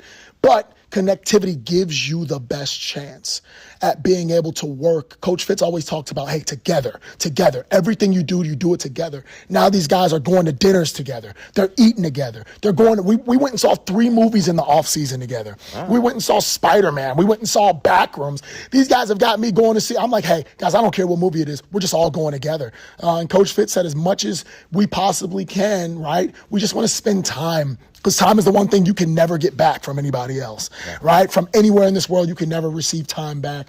So connectivity in the room is huge. And just as you guys see these guys on the street and get a chance to bump into them, they'd love to be able to meet you, Spartan Nation. And just the way that guys who have been here have welcomed me in as a new coach, I think it's been awesome. So those are just a few of the guys who you'll see, out there just in East Lansing roaming around and then on the field at Spartan Stadium. Which of your D linemen plays the most like you did? That's a loaded question because I feel like it's multiple guys who play like I did, but I think I got a lot of them who play way better than I did. I tell them all the time. And we'll pull up old film, and I don't pull up highlights. I pull up lowlights of myself because I want them to be able to learn from mistakes that I've made so they never repeat them. But as you kind of look at the room and the dynamic of it, we've got a lot of guys who just play as hard as humanly possible for as long as they possibly can. So I can't name one guy who says, hey, this guy plays like me. But I'd say the effect of a coach is making sure his personality is shown through the way his guys play in a room. So I guess we'll see on Saturdays who plays like me or not. I've never met an assistant coach who said, yeah, we got too many players. How many do you need? How much depth do you have to have? Do you need 2 at each position? Do you need more than that? If Coach Fitz gave me 100 spots for D linemen, I'd take 100 spots. Unfortunately, that's not realistic, right? But, you take what you're given, and every roster presents multiple opportunities for you to be able to shake and move and switch guys all around. So, you love 3 or 4 guys deep at every single spot. But in modern day college football, there's a roster cap. There's certain guys that you need on the offensive line. So, we got to share the sugar. But if you can get multiple guys at each position and continue to grow some younger guys while the older guys go out there and rep, or if there's an impactful younger guy coming out there ready to play, you get his butt out there and then you continue to build. So I guess the short-winded answer is if Coach Fitz gives me 100 spots, I'll take 100 spots. Are you too deep right now and confident in that, or do you need that depth to come on for you early in the season? I feel like right now where we are, we always talk about this as a D-line. All we have is what we need. So, as we move forward, whoever's out there is the best 3 technique, is the best nose, is the best end, is the best rush. So looking at this whole deal, I want everybody to come along faster rather than slower, all the young guys to get it rather than not. And as you cultivate competition throughout the year, ultimately I'm going to encourage young guys to take older guys' spots, and older guys need to protect their spots. With the demands of college football, do you want to have guys who are constantly shuffling in and out to keep them fresh, or would you rather have a couple guys who can give you 80% of the snaps? Well, if you take 80% of the snaps, that guy better have high peak conditioning. I think in modern day college football, you love to be able to give guys a blow. You love to be able to give guys rest. But, as well as giving guys opportunities to get out there on the field, everything's earned. And Coach Fitz talks about that. Everything's earned, nothing is given. So if guys are getting opportunities to go out on the field, they've earned that. And not just on the field, but in the film room, in the meeting rooms, on the practice field, in the rehab center, and then in the classroom. So being able to put all that together, that earns somebody maybe one opportunity to go out and then earn himself more opportunities based off that one opportunity. I want to talk about a couple of your other stops. What did you learn in Eugene, Oregon? Oh, my goodness. What did I learn in Eugene? Oh, yeah, lots of different uniform combinations. I think I learned how to truly recruit in a relentless fashion. Mario Cristobal did an excellent job at being able to stay on everybody about recruiting. And when it comes from the head coach, what's passed down. I learned that Minnesota in 2023, that alignment is one of the most important things that you can have in a company and a corporation. Mm-hmm. And I think that Mario Cristobal is doing a great job with his alignment down there at Miami, did a really good job with his alignment at Oregon, and being able to teach guys how to recruit relentlessly at all positions, not just D-line, and what that entails.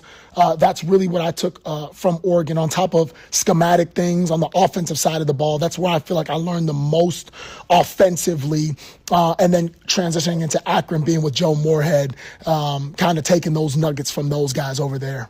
After the last 19 minutes, I think I know the answer to this question. Why are you such a good recruiter? I keep hearing that you're one of the best recruiters on this staff, that you identify with people, you bond with people. It just comes so naturally for you. Yeah, I think it's relationships. And you want to find the guys that match and mesh in your room. So as I go out and we look for these different bodies and these people and these young men and these sons and these brothers, kind of what you find is, you're going to enter a selection process just as much as you're going to enter a recruitment process. So you're not just begging guys to come to a school, you're selecting guys to be a part of a high-level culture. And I think that that's something that's really special about being here, is that there's such pride in being a Spartan and being a Spartan dog and being in Spartan Nation. So as I go out and I recruit those guys and select these people. I build relationships with them, their moms, their dad, their grandparents, their coaches, their aunties, their uncles. And I say, that's the guy that I want to come inside of my household and have Thanksgiving dinner with my wife and my 2 boys in 2 years and 3 years. Because after that, you've built a bond that's going to last a lifetime. So it's a selection process more than a recruitment process, but we're bringing guys into a true family, going back to what Coach Fitz said about the togetherness of what we've got going on with the Spartan Nations and Spartan Dogs. Oregon Ducks wear green, lots of different shades of it. Yeah, they do. You're wearing green now. You look really good. Thank you. All green isn't exactly the same. When you look at different Big Ten programs, you have to kind of tailor it, customize it to where you are. Right. So you're talking about the jersey combination, literally? I'm talking about recruiting. Oh, well, I'll say this. Like, as you go throughout Big Ten, just nation period, now when you say that, you're all the way out in California, all the way to Maryland. Growing up for me, it was very, very different. You're looking at Oregon and they're in the Pac-12 and different things of that nature. So when you go and you find these guys and, you see what fits for your program, you've got to really be able to sniff out whether they want to be a part of a certain culture of toughness or they want to be a part of something that just makes them look good. And if they want to be a part of something that makes them look good, there's a lot of really cool uniform combinations. I'm giving a knock to the different greens you just hit me with. Uniform combinations out there, right? Nobody specific, but just anywhere in the country, any conference, right? But if they want to be a part of something that's tough and a true brotherhood, then that's when you bring them to East Lansing, Michigan. So I think that that should about cover the green to green conversation right there. Okay, you have to use your imagination here. I'm a top prospect, and you got my interest. Give me your 60-second spiel on why I should play for you, Joe Rossi, and Pat Fitzgerald. Well, if you're coming here, you're in a spot of complete alignment, right? Like, you've got the head coach, you've got the defensive coordinator, you've got the defensive line coach who's paired up with the linebackers coach, and we're all coaching you on the toughness of the program, on the culture of the program, and the details and technique that you need in order to be able to win in the Big Ten. Then after you win in the Big Ten, we're going to prepare you to go on with football knowledge, understanding of the scheme, understanding of culture and togetherness to go into the NFL and to be able to chase your dreams. If you don't make it into the NFL, I want to prepare you with a culture set mindset, okay, mentality of toughness, mentality of persistence and perseverance to go into the workforce and be the best person you can be in the United States of America. That's why you should come to East Lansing, Michigan and play for the Spartans. Where do I sign? Right now, right here. So when you're talking to prospects, how often do you mention things away from football or basketball? You got a guy here now in his 44th year. What does that mean? I think that it's really cool when you've got somebody who's... Biggest football fan you'll find. Oh, my gosh. And just what you hear from a cultural standpoint from Coach Izzo over there, like you pick up a nugget, and I remember almost everything that the dude says and talks about, even just in passing, and you get a chance to bump into him or meet him, and you're like, holy crap, this guy is a legend. Like, you bring up basketball, you bring up all the different things that you can do around this campus, you bring up what makes people here in East Lansing. I'll never forget this. It's my first week here, and I'm scrambling, and my wife's down in Southfield, Michigan, and she's like, buy this from Target, buy that from Target, and I'm checking out, and the young man working was like, you're Coach Debo. And I'm like, huh? And he's like, you're Coach Debo. And I'm like, yeah, what's going on? And he was like, oh, no, just Michigan State football is a really big deal around here. Like, I just wanted to know that we're really excited for everything Coach Fitz is building, everything that you guys have got going on. And I shook his hand, and I just told him I appreciated it. And he followed me on Instagram, and I followed him back. And I don't remember his name per se, but that kind of showed me what type of place this was. And, what Coach Izzo has built over there, I think, has been tremendous to the effect of how close the football and the basketball programs are, even with our coaches all the way down to the players. Like, when you come to East Lansing, Michigan, you can feel the pulse of this place, right, of the town, and how much they love the green and white. So, I don't know, man. It's been an amazing experience just being here, even getting to bump coaches. I went to a lot of games. It was freaking nuts. It was nuclear in there. So I went to a lot of games over there in the wintertime, and it was really, really cool to see. So this is a great, great place. Two more things. Tell me about the experience with the Arizona Cardinals. What did you learn? What's the biggest thing that you can take from that and bring it here? Biggest thing I took away was that being a pro looks a certain way, but being an elite pro looks another way, right? So you get around guys like Josh Sweat, Budda Baker, Calais Campbell. You get around guys like Jacoby Brissett, who I think Jacoby's one of the best leaders I've ever been around in my life. And you just watch them operate, and you watch how they take care of business. You watch the detail, and then you watch what they do when they're off.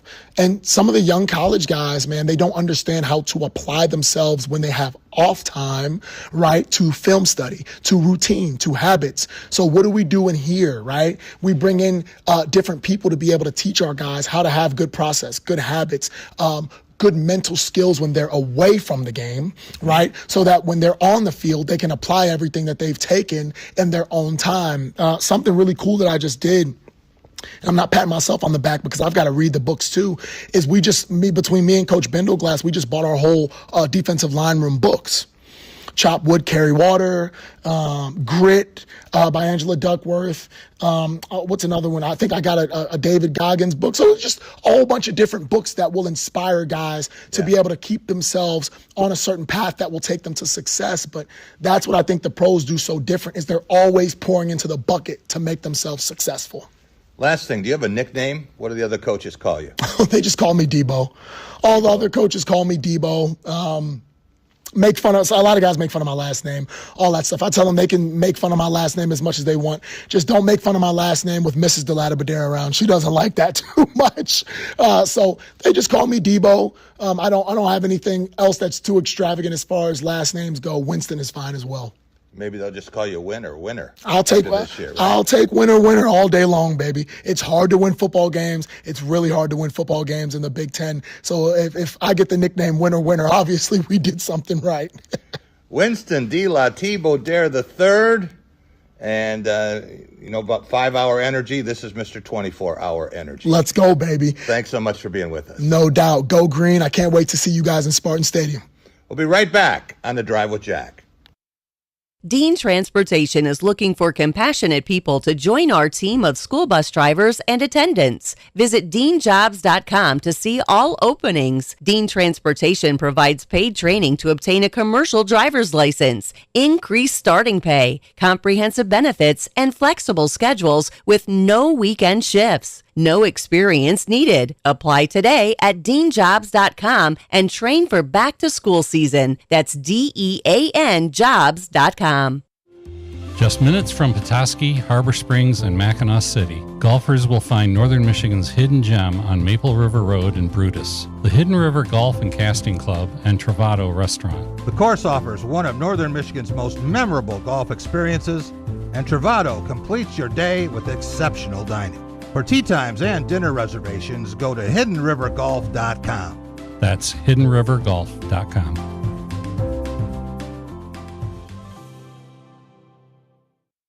Jack Ebling here with my good friend Matt Sloan at Graphic Alchemist. Hey, what are MetaGlasses? Jack, MetaGlasses have been a game changer for our service departments. They allow our technicians to record a hands-free recorded inspection of your vehicle. We then send the video to the customer's phone for them to view and see exactly what the technician saw. The video shows everything from tread depth on tires, oil leaks, loose parts, or simply that your vehicle is in great shape and doesn't need anything at this point. That's the trust factor you get with Graphic Alchemist. So, it's been a while since you've had your jewelry cleaned and inspected, right? Where will you go and who will you trust with your most valuable and treasured heirlooms? At Meadowar Jewelers' 4 locations in Lansing, Okemos, Jackson, and Portage, jewelry isn't just our job, it's our passion. Each and every piece entrusted in our care is thoroughly inspected by our trained staff against damage or normal wear. And we offer you, our customer, the highest level of quality on repairs and custom designs. Whether it's worn out prongs, channels, or shanks, it's all handled with incredible care. Meadowar Jewelers in Lansing, Okemos, Jackson, and Portage want to help you preserve your memories and offer you options on creating new ones. Come in today for the cleaning and inspection of your jewelry. We continue to work hard every day to earn your confidence and trust.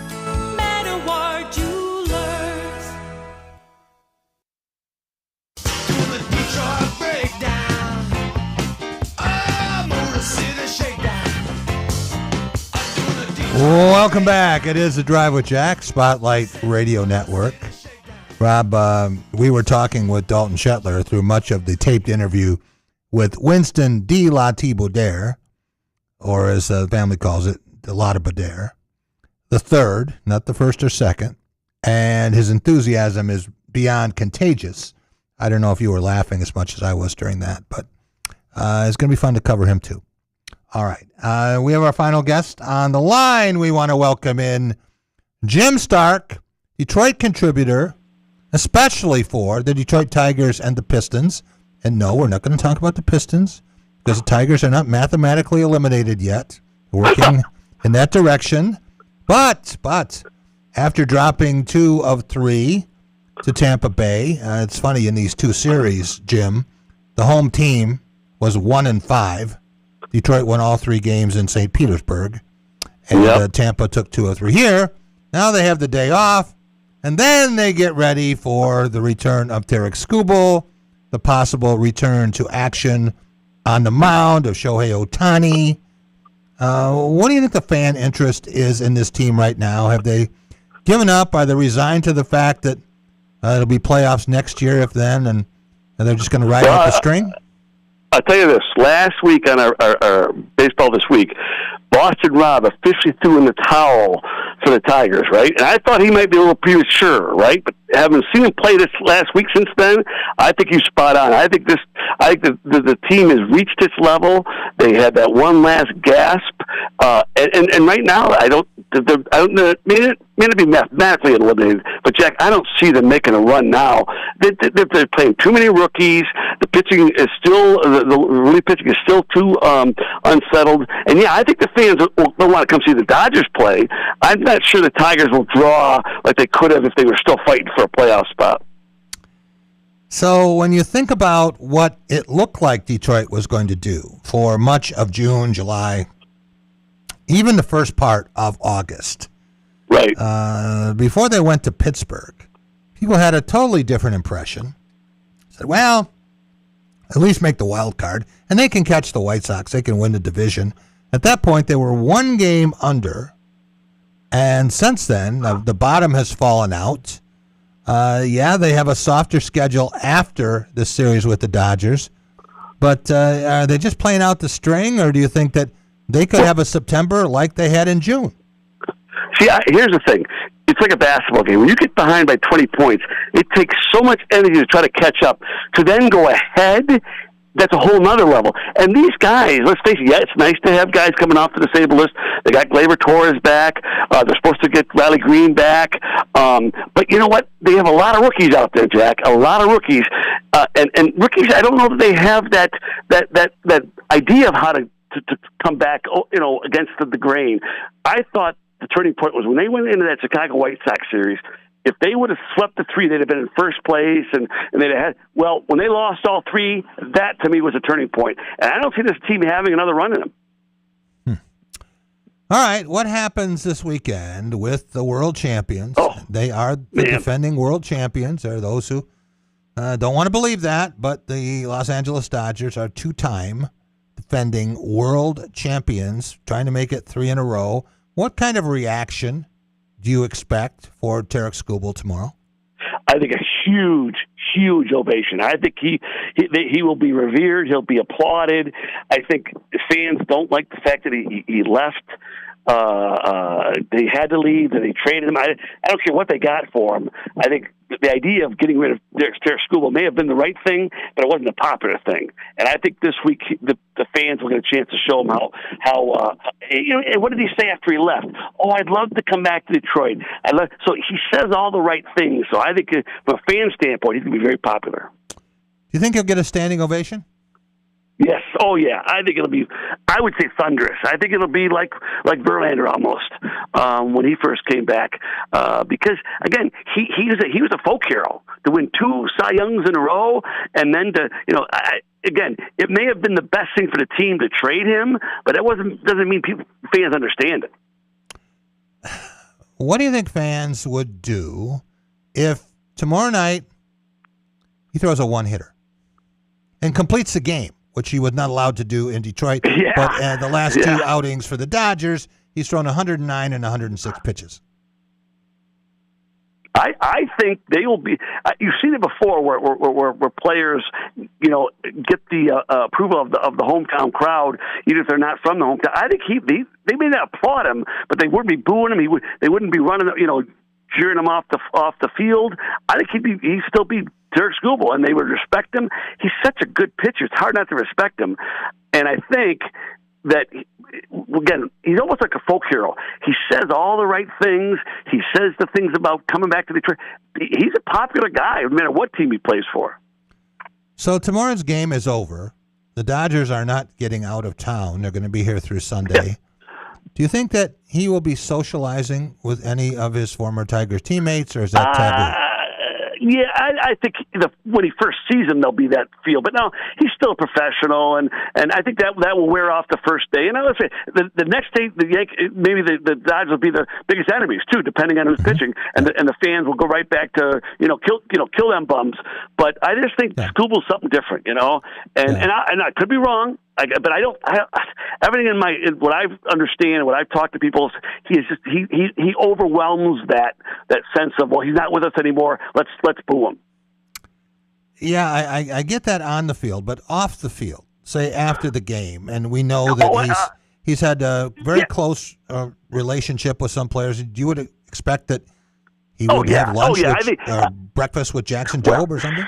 See, I don't know what the rules are about that. Or the unwritten rules. I'm sure all his friendships will remain, and especially nowadays, you see more and more of that, Jack, of players fraternizing with one another, and so whatever they can do, they will do. How's that? Whatever's allowable, they'll do, because and they all came. How many times heard these guys say, "Well, we all came up together. We played down at Double-A. We played at Single-A."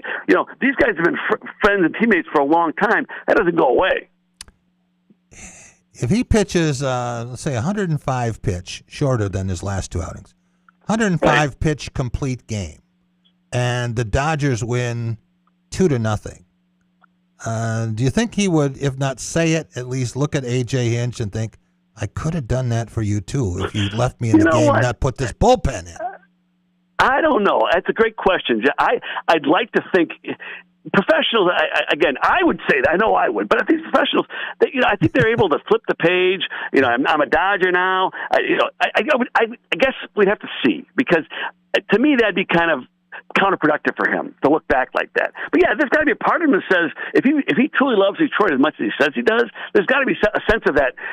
Couldn't we have worked it out here? Couldn't it? But you know what? He could have signed here though, Jack. He could have told his agent, get me a deal in Detroit. He didn't. So he's not going to say, okay, I'll take half the money. Not half, but maybe he says, get me a deal in Detroit we can live with, right? And so until that, let's see what happens in the offseason. Let's see what happens with the whole thing with the major league contract. There'll be a chance to see if he's really interested in coming back or not. And if that never happens, then, he's off to somewhere else. But again, he's saying all the right things. Yeah. Let's see what happens in terms of action. I think he loves Detroit. He really does. I was around him enough to tell that that's legit. Okay. Yep. His wife loved it here. If it had been a tie, Detroit could have won the tie. But, he has some other responsibilities. Scott Boras is not representing him to take less money. And the Players Association wants him to get every dollar he can get, because you're right. There's pressure, there's pressure from outside forces to do the good. Now, but again, if the contract gets signed that has a salary cap, and all of a sudden, a $200 million contract is going to be the top level for a player, I think the Tigers would absolutely be in the running for that. Well, no one is proposing. Jim, no one is proposing that there's a salary cap for players. No one. They're proposing that there's a salary cap for teams. Right. But again, maybe that'll come out of it, though, that you can't spend a $400 million. I'm not saying maybe a hard cap, but maybe reality is if I can only spend X amount on my players, I can't afford to spend $400 million on one guy. Mm-hmm. That's possible. Right? So maybe that's what I'm saying is the system might dictate that no one gets that kind of money anymore. Yeah. Well, the Dodgers have billions, have over $1 billion now, and it's going to go up, of deferred money, over $1 billion. I think it's $1.4 billion of deferred money, including $700,000 for Shohei Ohtani, right? Oh yeah, it's incredible. You know, it's Ohtani backloaded his whole contract. Yeah, $600 million. Yeah.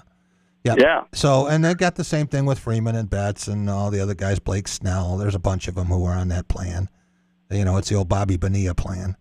But I'm thinking that if the money was even, he'd come to Detroit. Well, But the money's not going to be even because the Ilitches will never pay that kind of money. Well, okay, that's another question. But let's say that let's just say the system worked out that a top contract ends up being the most you're going to be able to spend for any one player is $200 million. Let's just say over X number of years. I think the Tigers would be foolish not to try that. Now, I've never been opposed to paying him top dollar. I just been opposed to paying him ridiculous dollars, you know. Yeah. But we'll see. Again, to me, until you see what the contract ends up looking like, it's just guessing what. Because I don't think he's going to. Now there is a school of thought that says he might sign before the contract expires at the end of the year. Right. Right. Right. So we'll He'd be wise to do that. See. Yep. He would but be maybe wise a team to do will that. want to do that then. Maybe they want to say, nah, let's see what this contract looks like before we commit another chunk of money. That's true. And there's a lot of pressure on the owners. You call it collusion, whatever you will, but they all want these costs driven down. Well, look at the precedent that sets with the Dodgers to have that kind of future commitments. So forget what happened. I have $1 billion committed down. I mean, that's never a good business. Forget baseball. Just look at business. To have those kind of future debts when you don't know what your revenue is going to be, your income, that's never good. So I think baseball as a business would like to see that kind of thing go away. Yes, I agree. And I've been told that the Milwaukee Brewers, this is their chance. So, of course, they're all in. Tampa Bay, same thing. Other teams that are not making a ton of money and that would not normally be in this discussion are going to do everything in their power to try to win this year. But the other owners, let's say the bottom 20 of the 30 teams, they want the Dodgers to win because if the Dodgers win, now that improves their argument in the case that it's so uneven that you can't have this, right? Yes, they're all pulling for the Dodgers to make it look ridiculous so that then everyone says, well, you got to do something to level the playing field. If Milwaukee wins, that argument's out the window. Yeah, if Milwaukee or Tampa even makes a strong run, that works against that argument. But you're right, because the idea of having teams that have so much revenue they can afford to pay that kind of money, put money down the road. Yes. Again, any accountant, any CPA has got to cringe when they think about that. Yeah. Jim, I'm going to be there tomorrow night, and good. And on Saturday, I understand Shohei Ohtani is in line to make his return and pitch one inning. Is he? Yeah, first inning, and then give way. But it's funny when you think of maybe Blake Snell coming in and long relief, right? But that's where the Dodgers are. Do you think you're going to be back at Comerica Park this year? Yeah, I would. I don't go because I'm a fan. I go because of what it is. I want to cover it. But yeah, I think fans. You know what, Jack? The fans are fickle, right? Yeah. What have you done for me lately? If they go on a little winning streak, if they could take 2 out of 3 against the Dodgers, you're right. All of a sudden, spirits are raised. And again, this whole idea of the wild card, you're never truly out of it unless you're 6-8. So who knows? But I do think, though, that the Tigers play a lot of rookies. I think experience wins in any sport, but especially in the playoffs. It's tough to win when you've got a lot of rookies on the long term, right? And so as long as, look at the outfield. They've still got all their veteran outfielders out, with injuries. And so these rookies are doing fine. But look at how many times in a moment where they could do something, see them making out. Experience is everything. All right, I'm looking at the standings now, and Tigers 4th place. They are 8 games out. Yeah, they are 9 games under 500. If they could get to, this is asking a lot, 83 and 79, would you give them a chance to make the wild card? Oh yeah. Oh, I think anyone over 500's got a chance for sure because no one's running away with it. But I think to say they're going to make that with that many games over 500 now, Jack, I don't see that. Yeah. I mean, they were right at the brink. They were right where they needed to be, and they go and lose 8 out of 9. Yeah, they'd have to go 21-8 to do that. Yeah. See, I don't see it. I don't see the hitting to be that consistent. I don't see the bullpen for sure.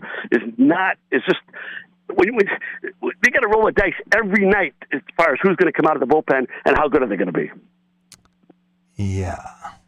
Do you think Detroit will finish 4th in the AL Central? Yeah, I don't think that the Twins will catch them. I mean, the Twins are ahead of them. The Royals are a good team, you know. But hey, look, I wouldn't put anything because everyone's got a puncher's chance, right? No team is running away with it, and no team is out of it. You know, who gets hot? Who can win those 3, 4, 5 games in a row? That's what makes the difference. Yeah, and any of them are capable of, I guess. Yeah, and what about in the American League West, Jim? I don't mean to do baseball this week, but the first place Houston Astros are below 500. And the Astros have, again, I don't want to keep beating the drum, but Astros have experience. This time of year, in September, it's all about who's been there before, who knows how to win when the games get tight, who knows how to win when those games dwindle down to just a 10 or 12. Experience, and no one's more experienced at winning than the Astros in the American League. It is very possible. Now, Cleveland would have to lose more than it wins the rest of the way, but no, not by much. It is very possible that the American League could have a third wild card team that is below 500. It's unheard of. And is that what they want? Is that what they mean by parity, to have teams making the playoffs under 500? I don't think so. You don't have it in the National League. I mean, that's just such an imbalance this year where the National League is so good. I mean, they only have 5 teams with a losing record, and the American League is the exact opposite. And you know, I guess someone smarter than me would have to say what accounts for that. Why has the National League become so dominant in so many? You know, have they drafted better? Is there something with to I don't know. It's a great question, but it has become so unbalanced that it's not even fun to watch some of these interleague games. Yeah. Well, you have the 2 teams with by far the largest payrolls, the Dodgers and the Mets. But hey, the Mets are in last place in their division. Yeah. Well, again, like you said earlier, every time you have an argument that spending too much money isn't fair, you point to the Mets, you point to the Yankees, you point to Baltimore. So let's see what happens. Like you said, let's see what happens when the dust settles. Then I think that'll be the strongest argument to see what these owners are going to do when it comes time to negotiate. But you know, I wouldn't be surprised if either thing. It becomes so unpredictable, Jack. Yeah. On one hand, I would love to see a matchup of the Brewers and the Rays in the World Series. On the other hand, field, sure. Yeah. I would like to see a matchup in the National League Championship Series of a Game 7 between Milwaukee, which has been the best team in baseball all year, and the Dodgers, and have Jacob Misiorowski and Tarek Skubal on the mound. Yeah. Well, you know, and don't forget who pays a lot of the bills? TV, right? Yeah. What does TV want? TV doesn't want Tampa and Milwaukee. No. They want the Yankees they want the Dodgers and anybody and somebody, you know? Yeah.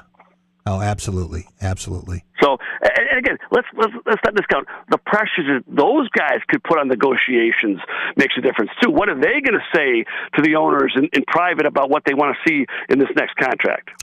And the networks are going to say, hey, we gave you this contract because we need programming. We need content so we can sell all of our ads. Now, you're going to say that we're not going to play for a month or 2 months or 6 months? That's a lot of pressure, too. Yeah, this is uncharted times, to say the least, for Major League Baseball. And it gets to be a game of chicken, Jim. And, who gives in? The players can say, well, we're never going to agree to a salary cap. And the owners say, well, where are you going to play? Well, and you know what? Here's the thing about that stance. It's how do you the most successful professional sport there is, NFL football. They have the most restrictive salary cap of anybody. Absolutely. That's an argument. How do you go? They're the most successful. The franchises are through the roof in terms of value, the TV ratings, and they have the most restrictive salary cap of any pro sport. And they have a lot of worst to first climbs. Hey, the Lions were last. They have a last place schedule, and now they're picked to win the division by a lot of people. Yep. So it's hard. How do you argue against that? If you're a negotiator and they bring that up, what's your argument against that?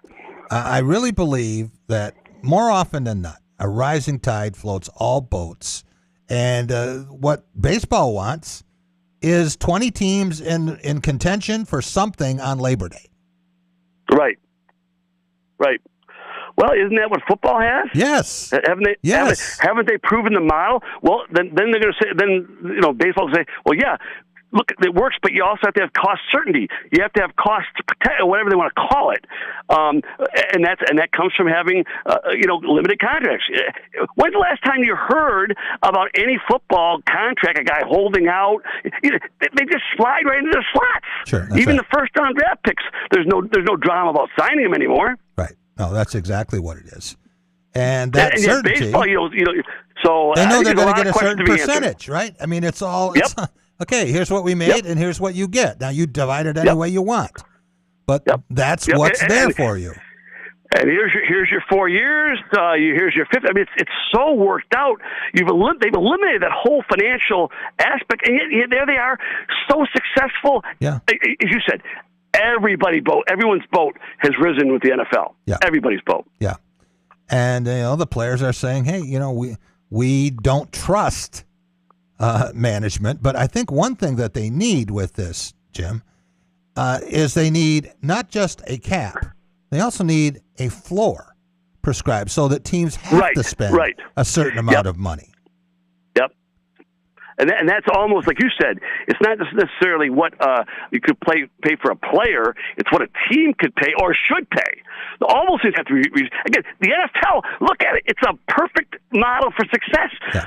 Copy that, for crying out loud. Jim, thanks so much for joining us. Appreciate it. I'll wave to you from Comerica. And enjoy the school. I'd be anxious to see if I'm even close to what I said about school and what kind of crowd. Yeah. Would you cheer for him if you were a fan? Oh, I'll give him an ovation. I mean, I don't normally give anyone an ovation, but I'm going to be sitting in the stands, and I appreciate a lot of things about Tarek Skubal. I know there are people here who don't like him. They didn't like things about, he should have reported his injury sooner. There's still people here, believe it or not, who blame him for coming out of that game against Seattle. What's he supposed to do? Supposed to throw the ball at A.J. Hinch and said, I'm not leaving? Yep. It killed him to come out of that game. Look how long he pitched the last two. Yeah. Yeah, we'll see tomorrow if the fans, how they truly feel about it. I'll be anxious to watch that. Yeah. Jim Stark, a Detroit correspondent. Rob, I want to thank all of our guests for the show. And I had a lot of fun today with Tony Garcia. Shorter segment with Tony, but he had some financial management concerns. I get it. From the Detroit Free Press, checking in on Michigan football and state of the athletic department in general. Dalton Shetler from Playfly, and it does a great job with so many things involving Michigan State broadcasting. Rob gave you the rundown before, and not just women's basketball now. He's going to be involved in the coaches' shows. He's a super sub for games, and I'm sure you're going to hear more of him there, and you can catch him as much as you want, but you'll be hearing from him for a long time.